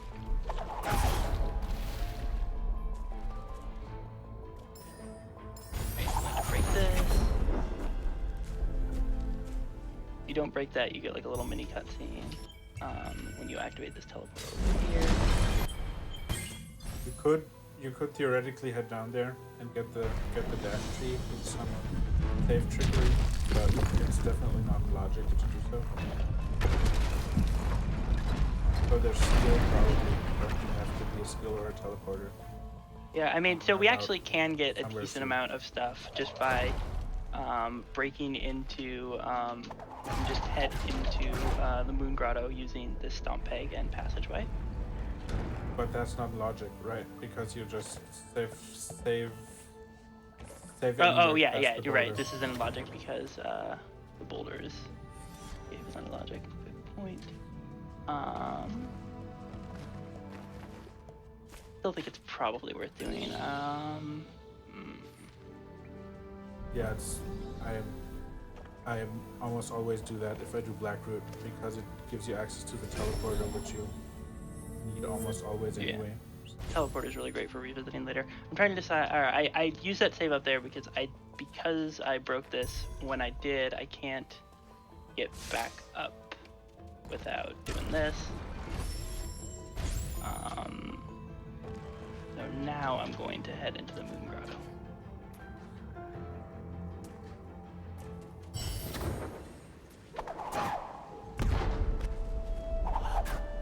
Oh.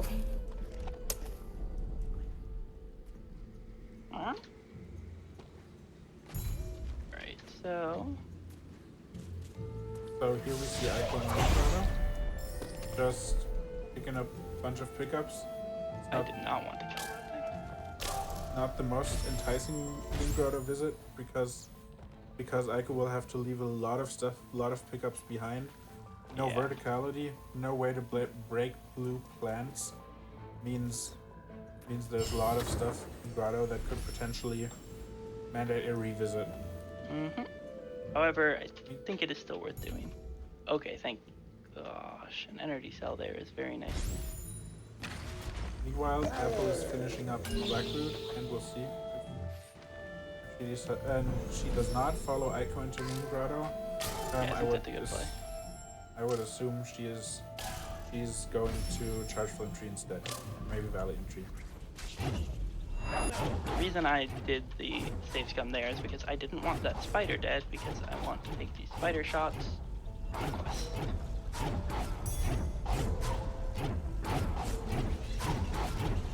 Alright, that's good enough. Double bashing, good movement technique. For people who are maybe just tuning in and haven't seen the earlier races, double bashing is a technique where which you can do in the normal Ori game, where you initiate a bash one frame after letting go of a previous bash, and it allows you to bash yourself into the same direction as the projectile you are bashing off of. And in the randomizer, double bashes have been made a lot more accessible because there's just a keybind that you can press during a bash, and it will always give you a double bash. So that's what Ico is using there. I mean, you don't know. I could be using my incredible skill at vanilla double bashes. Could. I apologize. That's what Ico may be using there. We may never know. It's a mystery. Alright, so this time I'm Meanwhile, not Apple going has made her way to the spirit tree, watching this cutscene. It's always tempting to skip, but it can also bite you if you skip it, because if you skip it, you don't get access to the teleport. It might be that later. Especially in co-op when Yeah. my partner, Aiko in this case, will also get beat. I very much appreciate you not skipping. Not half. Well, yeah, she can now actually teleport there and skip the cutscene and still have it. But she probably won't, I would think, depending how many teleporters we have at that point. I might end up skipping it. We'll see. Anyways, I found a Mega Energy, which is great. I'm gonna go check out Death Gauntlet once I get us the double dump tree. That's honestly super great, because that gives you access to the Moon Grotto teleporter as well, which you didn't get because you entered from Blackwood. Yep, and Apple will get the Moon Grotto teleporter too, because teleporter activations are shared. Well, in this setting, this type of co-op, you can actually configure what kind of stuff gets shared. highly customizable, and you can configure in a very granular fashion what is shared and what is not.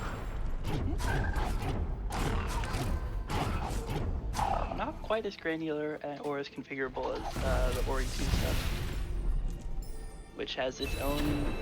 Ooh, yes. Okay. Skill velocity upgrade. Skill velocity is one of those bonus upgrades I was talking about. It makes your skills that impart velocity on Ori do so faster. So if you'll watch these bashes, they now send me go farther. Stomp moves faster. Climb moves up and down walls faster.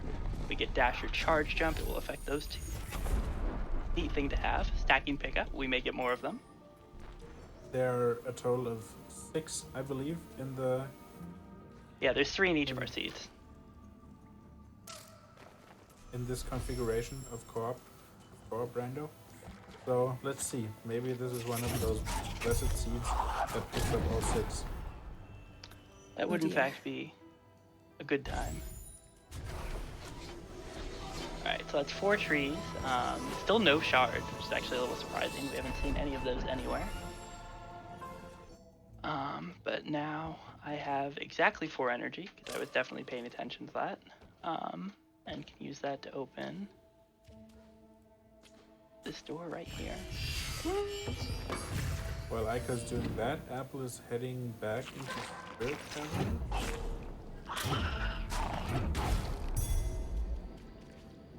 Yeah, you can see these bashes are now sending me very far, which is awesome.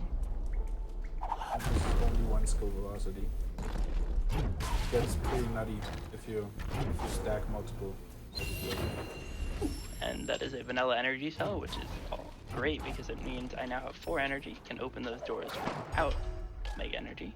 To take a quick jump back that way, grab the pickup underwater. It's a map stone. Map stones are great. And now I can get that teleporter for both of us. Apple has meanwhile made her way to one of the more unpopular pickups in this game, I would say. She is currently at what we affectionately call the Glazer, the Glades Laser, where you have to do a rather lengthy puzzle for a single pickup. You have to push down this rock to block the laser down there, and then push it over to the left, and then either jump up or in Apple's case, because she doesn't have vertical movement, lure Frankie over to bash off of it.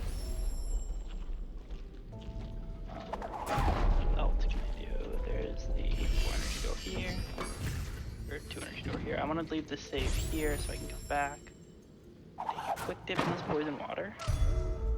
And Apple gets a whole 84 experience for the troubles. Sometimes I don't want to speak for her, but I would assume that is considered not worth it. I mean, 84. Really? Okay. Lock that open. But I had nothing better to do because Aiko needed to get me the TP so I could get over here. Because I don't have enough energy to do what she did. Get in here. What Aika just did was the bridge skip. Probably also been done on a couple of races or seeds, and what it basically does is you do a save anywhere while Gumo is opening the bridge, and the upwards momentum carries you across to the other side, and you can check 2 pickups there, which are otherwise a fairly involved process of getting there. So that's always nice.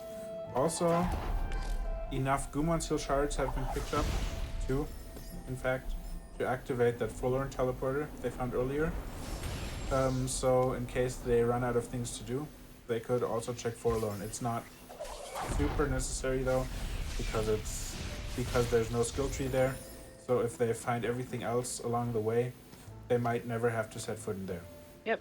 It's also not in logic, and it won't be in logic until we find 4 more or 3 more Gumon Seal shards. The way dungeon key access works in shards is dungeon keys are not considered in logic until you have the all 5 shards for it, and the reason for that is that's the easiest way to prevent.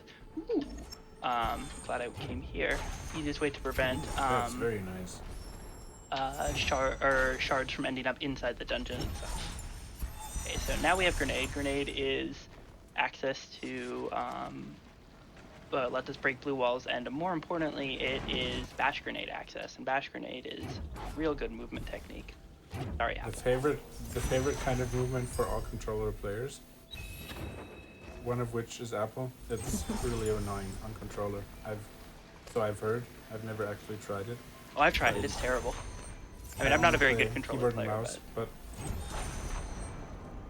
I mean, the problem mainly is that it's hard to aim consistently where you want it to go. So things that keyboard mouse players do, throwing various grenades in various directions to get very precise bashes, is just not really possible. Yeah, you can't do any of the, like, it's much harder to do the, like, fancier multi-grenade bash things. All right. And that's great because I was putting off heading over to my charge flame tree, which could, in fact, have a decent number of things until I had an easy way to do it, and now I do. All right, I don't need to do this, but I'm going to show off a neat trick that lets you get this pickup up here with just grenade. So I'm going to kill these guys, and then what we're going to do is we're just going to throw a grenade here. This trick is awesome. All right, so collisions keep happening when you're paused is what the upshot of that trick is. So if you throw a grenade, let it hit the ground, let it hit a platform, and then save on that frame or a few frames after, it will build up momentum while paused, and that momentum will move things. All right, jump upgrades. Jump upgrades are another one of those bonus pickups. They make wall jump, your normal jump, charge jump, and double jump send you higher.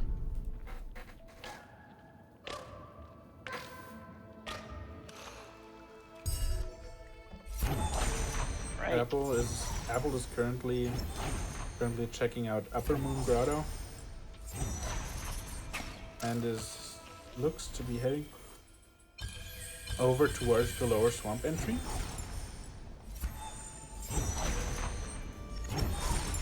There's a couple of pickups down here. Been there. Not already been here. And access to Stomp Tree. So not really very good access. Better than nothing.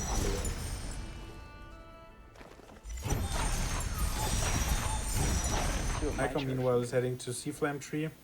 Not strictly necessary, since Apple already activated it, but it's pretty early. But it's pretty early in progression, and there might be stuff here. And they're still looking. Then they're still just looking in dense areas for stuff to make their lives easier. As well as Water Vein and Sunstone shards, which have not shown up at all, and of which we will need at least 2 and the teleporter, or 3 to get access to the dungeons, because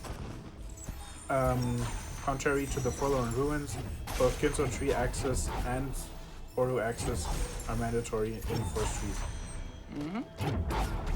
Alright, and as you can see, even with 1 skill velocity, Bash and Grenade is just most of the movement you need. Just as far as just moving quickly through areas. I don't really want to head that way for now, so I'm going to hope that I don't have to. So I'm just going to head into this valley entry area. Grab there.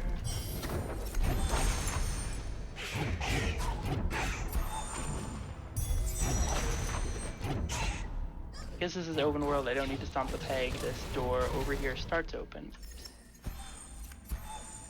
And up here, this, and then either the lower or the upper route in the valley. I'll do the lower for now. Right, I'm getting lots of experience from these experience pickups because I leveled up Spirit Light efficiency in the purple tree, and the reason I did that is because I want to get sent as quickly as possible, because the thing we need is shards.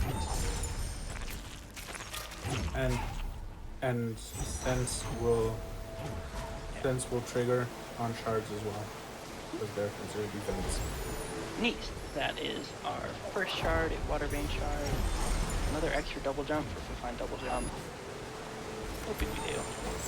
While Aiko is exploring Valley, Apple is heading down into Moon Grotto. Frogs, the site. Checking out the confusingly named Light Hole. It's named the Glide Vault because there were like a couple important race seeds in I think the first tournament where it had glide in it, and we as a community are just sort of terrible people, so we just started calling it the Glide Vault. So, you know, it had glide in it twice.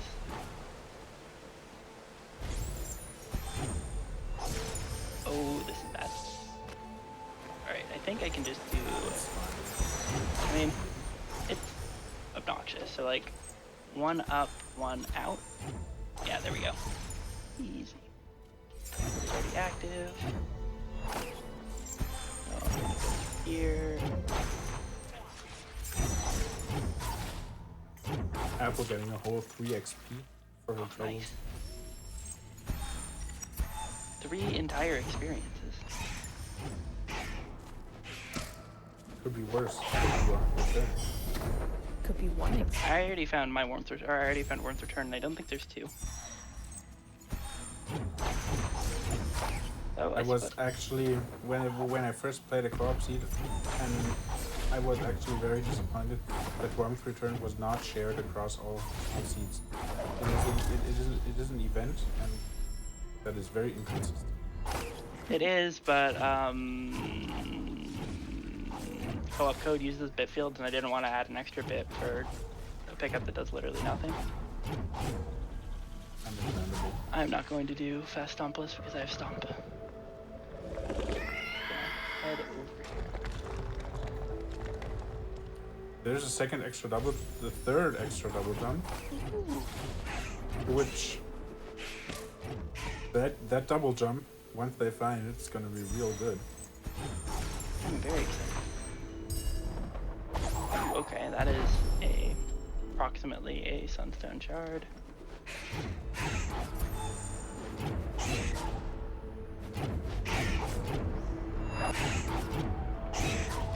So I could skip that one or not go and get it again, despite dying there, because it's a shared pickup, and those don't get taken away when one of you dies. Yep. We thought it wouldn't be very fun if your partner grabbed a skill and then died. You would just sort of lose it, and if you were in the middle of losing it or using it, that could be really awkward. And I think actually cause the game to crash sometimes, so, you know, I decided to get to that. Right. There's the second, well, first. There's Second piece of what we need to access the sun. Or the final as you may have seen like a minute ago, Ico Do turned off skill velocity when doing very precise bashes. That is also an option. Basically with the goal that having a pickup should never be worse than not having it.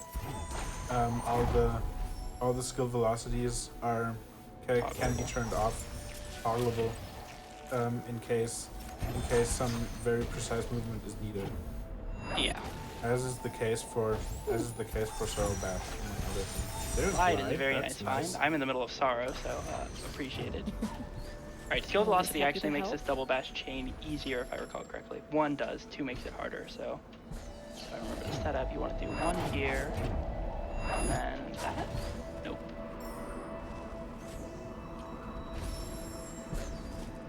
It's been a while since I've done that. Apple being very thorough, killing the Grotto mini boss. There we go. And it was totally worth it. I Grotto get mine TP. too. Hell yeah. Nice. Alright, so here, this Keystone Door is like basically never worth it to open because you can just sort of go around. This is true in the vanilla game. Like this is the questionable Keystone Door. I think the only times I've actually opened that one was when I when I needed to get to the health cell and couldn't get there from the right. I've opened it, like, I mean, it comes up in bingo, and sometimes it, like, legitimately saves time, and you have 15 keystones, but if you do not, like, it's never worth doing if you would have to key dupe to get those keystones, basically. Oh, and I now have enough points for sense, which means I can start skipping things that don't make me light up. Like this grenade pickup I'm not going to go back for. Short pickups are Fence is still very- worth grabbing. Fence is very powerful in that it allows, in that it turns Ori into a useful pickup raider. Yep. Basically, as you can Here we see on got Aiko's something screen, there. Ori is turning black, which means Aiko is close to an important pickup. In this case, the water vein shrine. Now we have 3 jump grades, which makes normal jumps rather ridiculous. You can see that this is what my normal jump does. Wall jump also gets affected, and a bit more so. Just kind of fun and exciting. Now I'm going to head over to Misty. Misty sounds like a good place to go. But yeah, because Sense sets you to a constant color, it removes any fun color setup you have. So goodbye, Rainbow Ori. Will be missed. Did you get Sea Jump Tree while you were in Sora? I was on I Apple's didn't, stream. and probably should have. I'm very sleepy. It's fine. We'll go back for it. That's fine. For now. We're all here supporting y'all. I mean, I really shouldn't complain about sleepy. I'm not one of the Europeans here. Looking forward to my dentist appointment in 5 hours. There is Oh my something. goodness. Sense and Misty is sometimes a bit of a curse. So here we're learning there's something on my Kumon seal. I mean, so it's probably a shard. I'm gonna go for it anyways, Probably. but just it's probably a shard, and not like one of the useful ones. But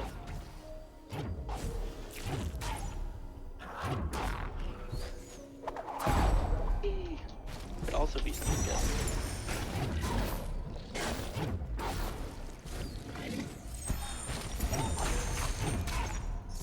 Apple's currently heading down into Lower Valley, picking the pickups along the way. Oh, I wanted.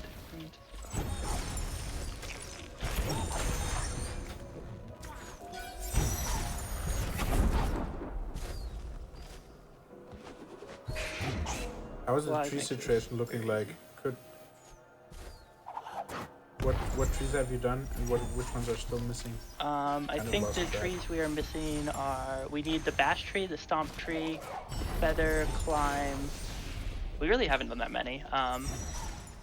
We need all the left side trees basically, and bash and stomp. And grenade.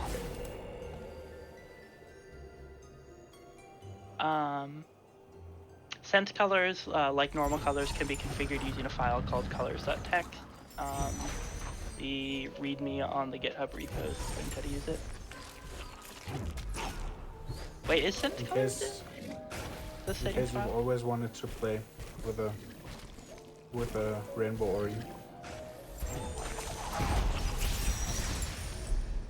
Ooh, okay, this is not a useful warp. Like having the warp to Horror Escape access is neat. It's less neat when it's in the S-Bend and Misty.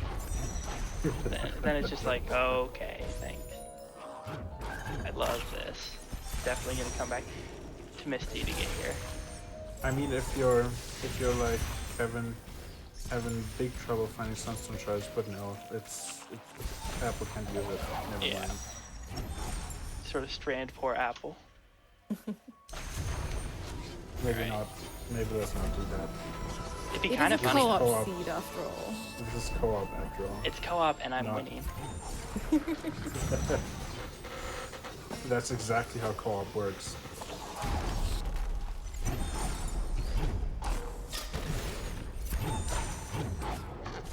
I agree.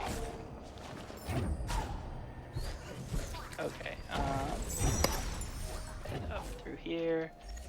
Probably this is not. This is probably one of those cases where Sense is actually going to lose me time because it's going to make me get a pickup I don't actually want to get or need really. Oh, I don't want to die. Cannot create a soul link near enemies. Alright, so we're gonna throw an energy. Apple has just stomped a bunch of rocks onto a bird's head. So that's Oh, always neat, thank nice. you. That means Apple will be getting the feather tree for us, which is great. This. And let's see where she's gonna head now.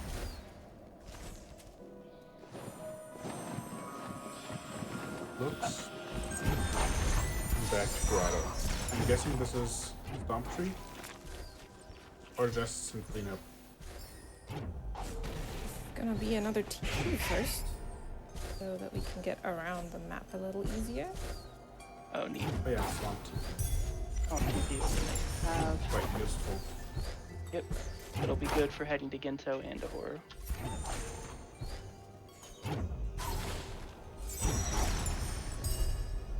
Neat. Hey, that's definitely the skill you were looking for. Oh, me too.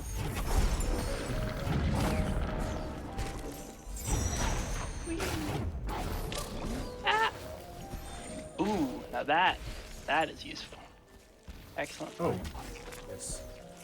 Which, since you already have 2 water vein shards, this means you don't actually have to find a 3rd one. You just take the Ginso TP and head down to the bash tree. And that second skill velocity means Bash is now very, very powerful. Some might say too powerful. If, you know, And they were and counting. Apple is immediately taking that Ginso TP after activating Swamp Teleporter, Oh yeah, and that's will head excellent. down to the bash tree after killing this mini boss. Which is So, a lot easier to do like this than in the vanilla.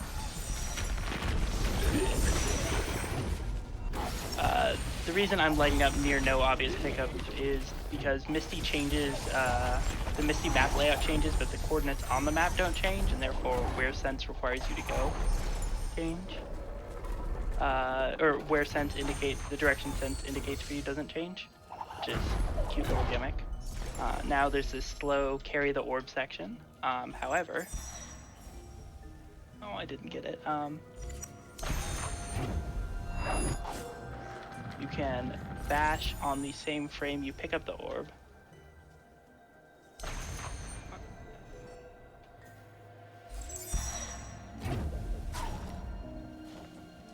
It's very good. I did not know that. I did not know you could do that. It's not That's like the pretty most funny. useful tech, but it is very funny, especially with skill velocity.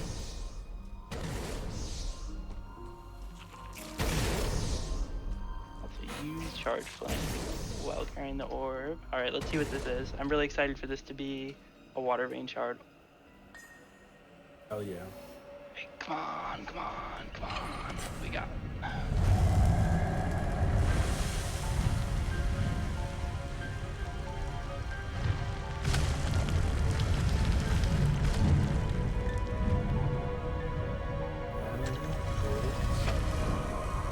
Drum roll.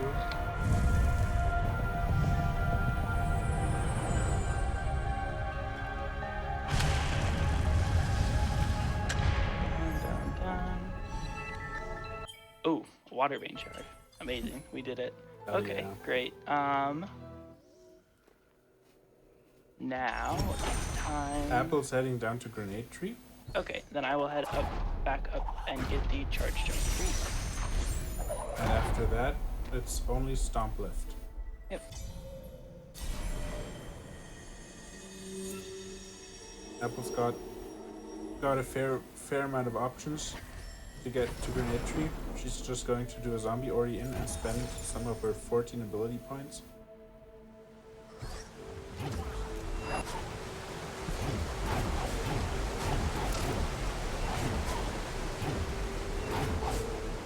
Meanwhile, Echo is taking a frog on an adventure. All the way This up frog the valley is going to main go where no frog has gone before. Gonna meet some birds.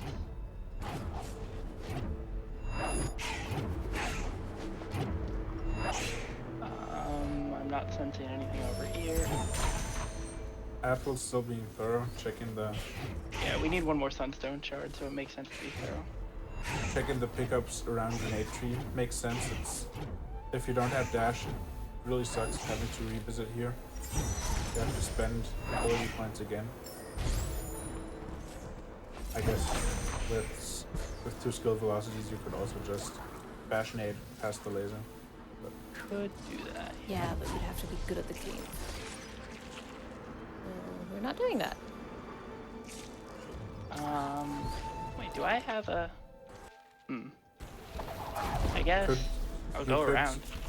You could do a fun frog micro ledge. I'm not going to do the frog micro ledge. That doesn't sound fun at all, actually. You could also take a mortar shot on a ridiculously long double bash chain. Okay, yeah, no, we're doing that. That sounds like more fun. I was actually joking, but sure, go for it. It's not that bad. You just sort of... You gotta be careful around the corners. It's, well, once you get used to how mortar shots move, it's... Yeah, see, easy, breezy. I'm gonna first try this. No problem.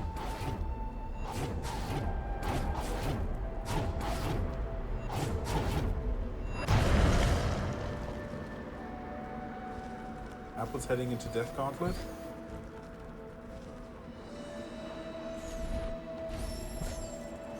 Nice. Nice double bashes, Aiko. Thank you. Okay, there's nothing over here. 'Cause I'm not changing colors. Beautiful. And a third skill velocity. Delicious. Feels like at some point you should just be able to bash through walls with it. You can make frogs takes a teleport lot. with it, but other than Yeah, that... frogs face through walls pretty easily. Ori has more trouble with it. Alright, we just need another sunstone shard somewhere. I'm gonna go check my grove area, because I have done nothing there. Ooh, this is interesting. I don't... This probably need ultra defense for this. Or double bash a spider shot in or something. Or do the upper swamp entry. Yeah, it's... Stomp access is not trivial at this point. I can I'll do my swamp loop and head there via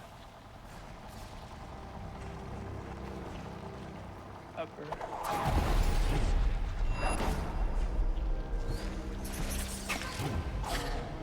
This is nothing.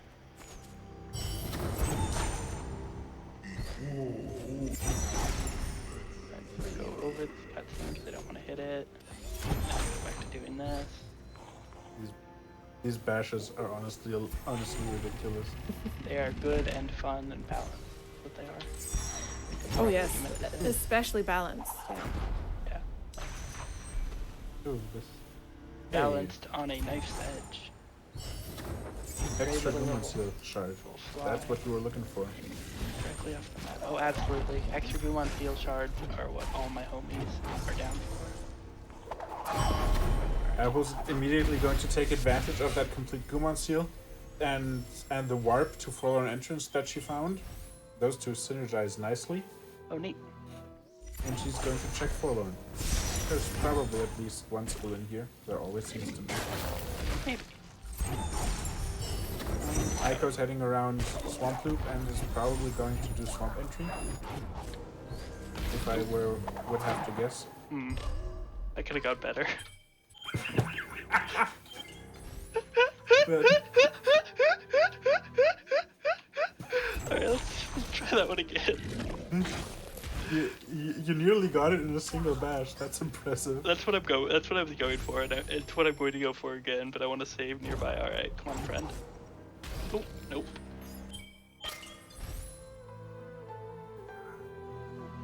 Maybe scare him to the right first, and you've got a better Let's angle. just do a two-shot. Oh no! I threw a grenade. All right. Third time's the charm.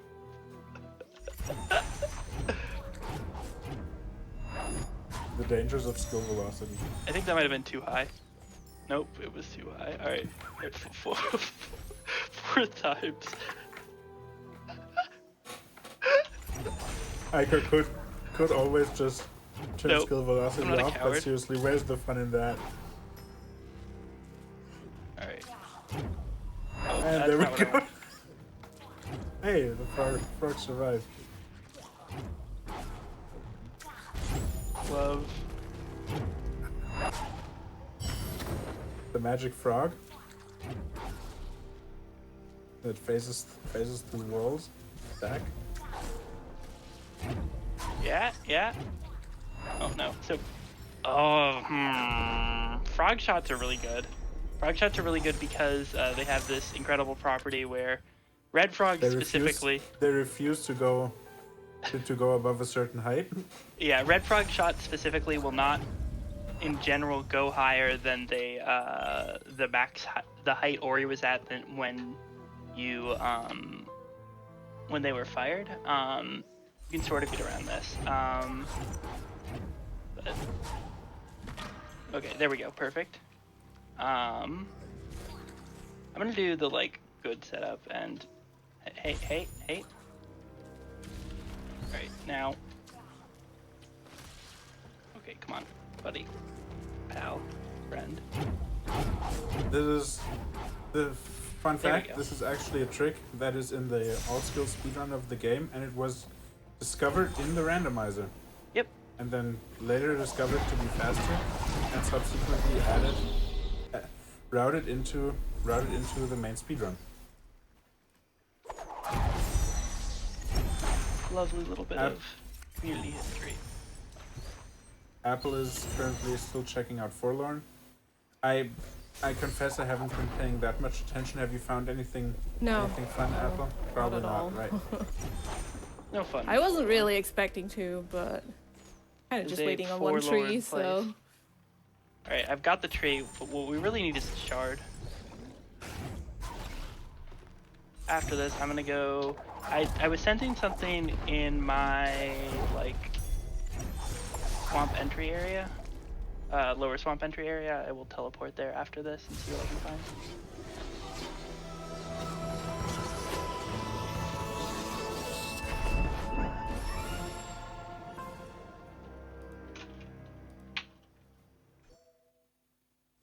So yeah, now it's just the hunt for a single sunstone shard, and it's basically the name of the game is just checking dense areas where there's lots of pickups to increase the chance of finding one.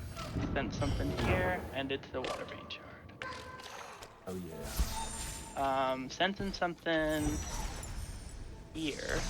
I think no, it's the buttercell? Probably not buttercell. Oh my god, it was buttercell. Nobody saw that, by the way. Excuse me? Don't worry about it. Oh, there we go. Yep. Alright, and with that, we can head to the final escape. Are you sure you don't want to go to the Misty S-Bend instead and take the warp? Yeah, I'm sure. Fair enough. Just figured I'd ask. Alright, I could door warp, but today I'm choosing murder. Apple's doing door warp. I will give it 3 tries or so.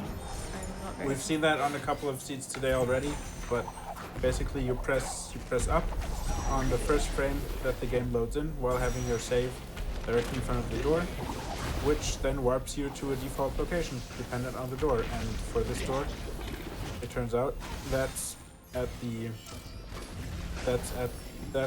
directly in front of the escape, so that's nice. But it's still a 1-frame trick, so sometimes it just doesn't want to work, and on those days you just go to the left and kill an obnoxious mini-boss instead.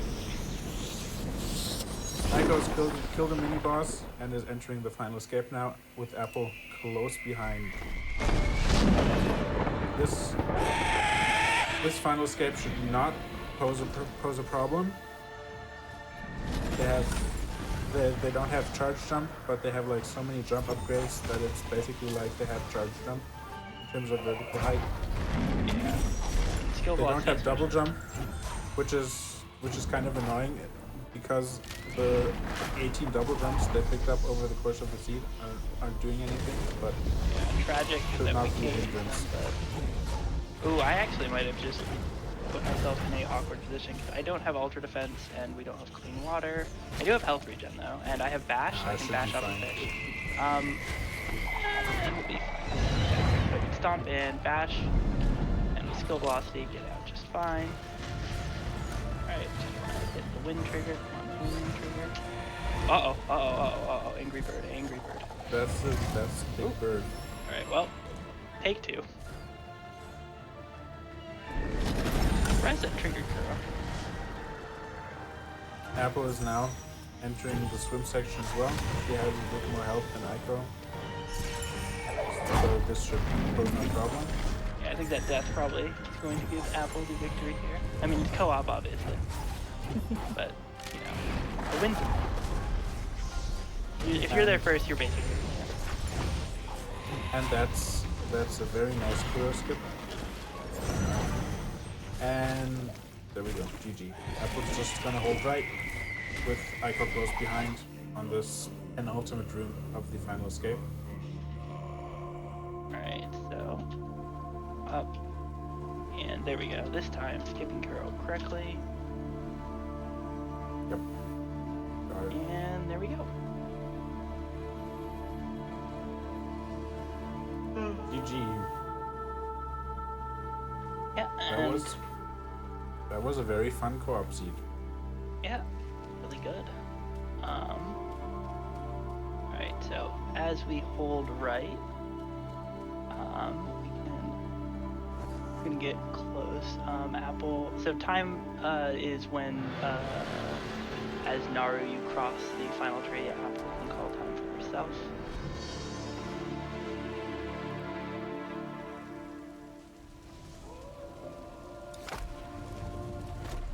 So yeah, and that's us, the Ori community, done with our randomizer showcase here at GDQ Hotfix Random Number Generation. Yeah. Time for me. And I'm going to be coming up on time as well. I want to say thank you so much to GDQ, Skybilz, and for having us, Richard for helping out with the tech stuff, to Covert Muffet, Zemsis, Oshi, Liftoff, Shafe.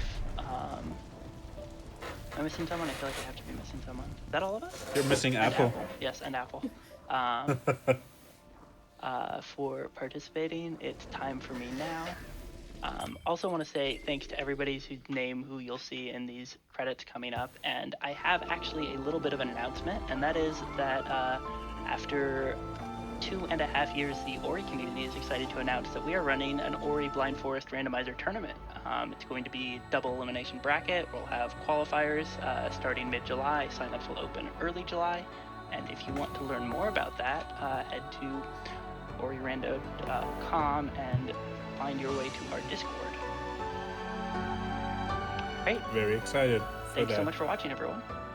That's very exciting, and thanks to the Ori and the Blind Forest community randomizer group for being on here. I appreciate having y'all on so much for seeing through so many different ways to play and engage with this randomizer. And exclamation point RMG, please be sure to follow that link.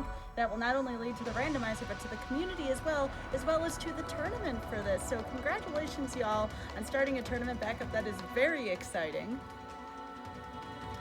And with that, I believe that is going to be the end here, but a few announcements first. So first of all, tomorrow there's some stuff going on. It is called Mercy Kill, but it's going to be called something a little bit differently. So Ocean Week is starting up next week. For those of you who knew what Ocean Week was last year, oh my goodness, it's one of the best weeks of the year.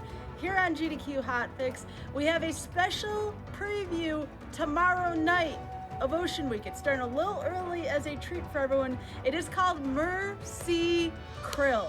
And yes, I do not regret the punning. If you think that pun was wonderful, there are probably about a couple hundred more puns where those came from tomorrow. We have some very passionate folks over here from the Monterey Bay Aquarium that will be in the call talking about all kinds of ocean facts, animal facts, environmental facts. It is going to be amazing. So that starts here at 7 p.m. Eastern. As always, information on all of our Hotfix shows is available at gamesdonequick.com/hotfix.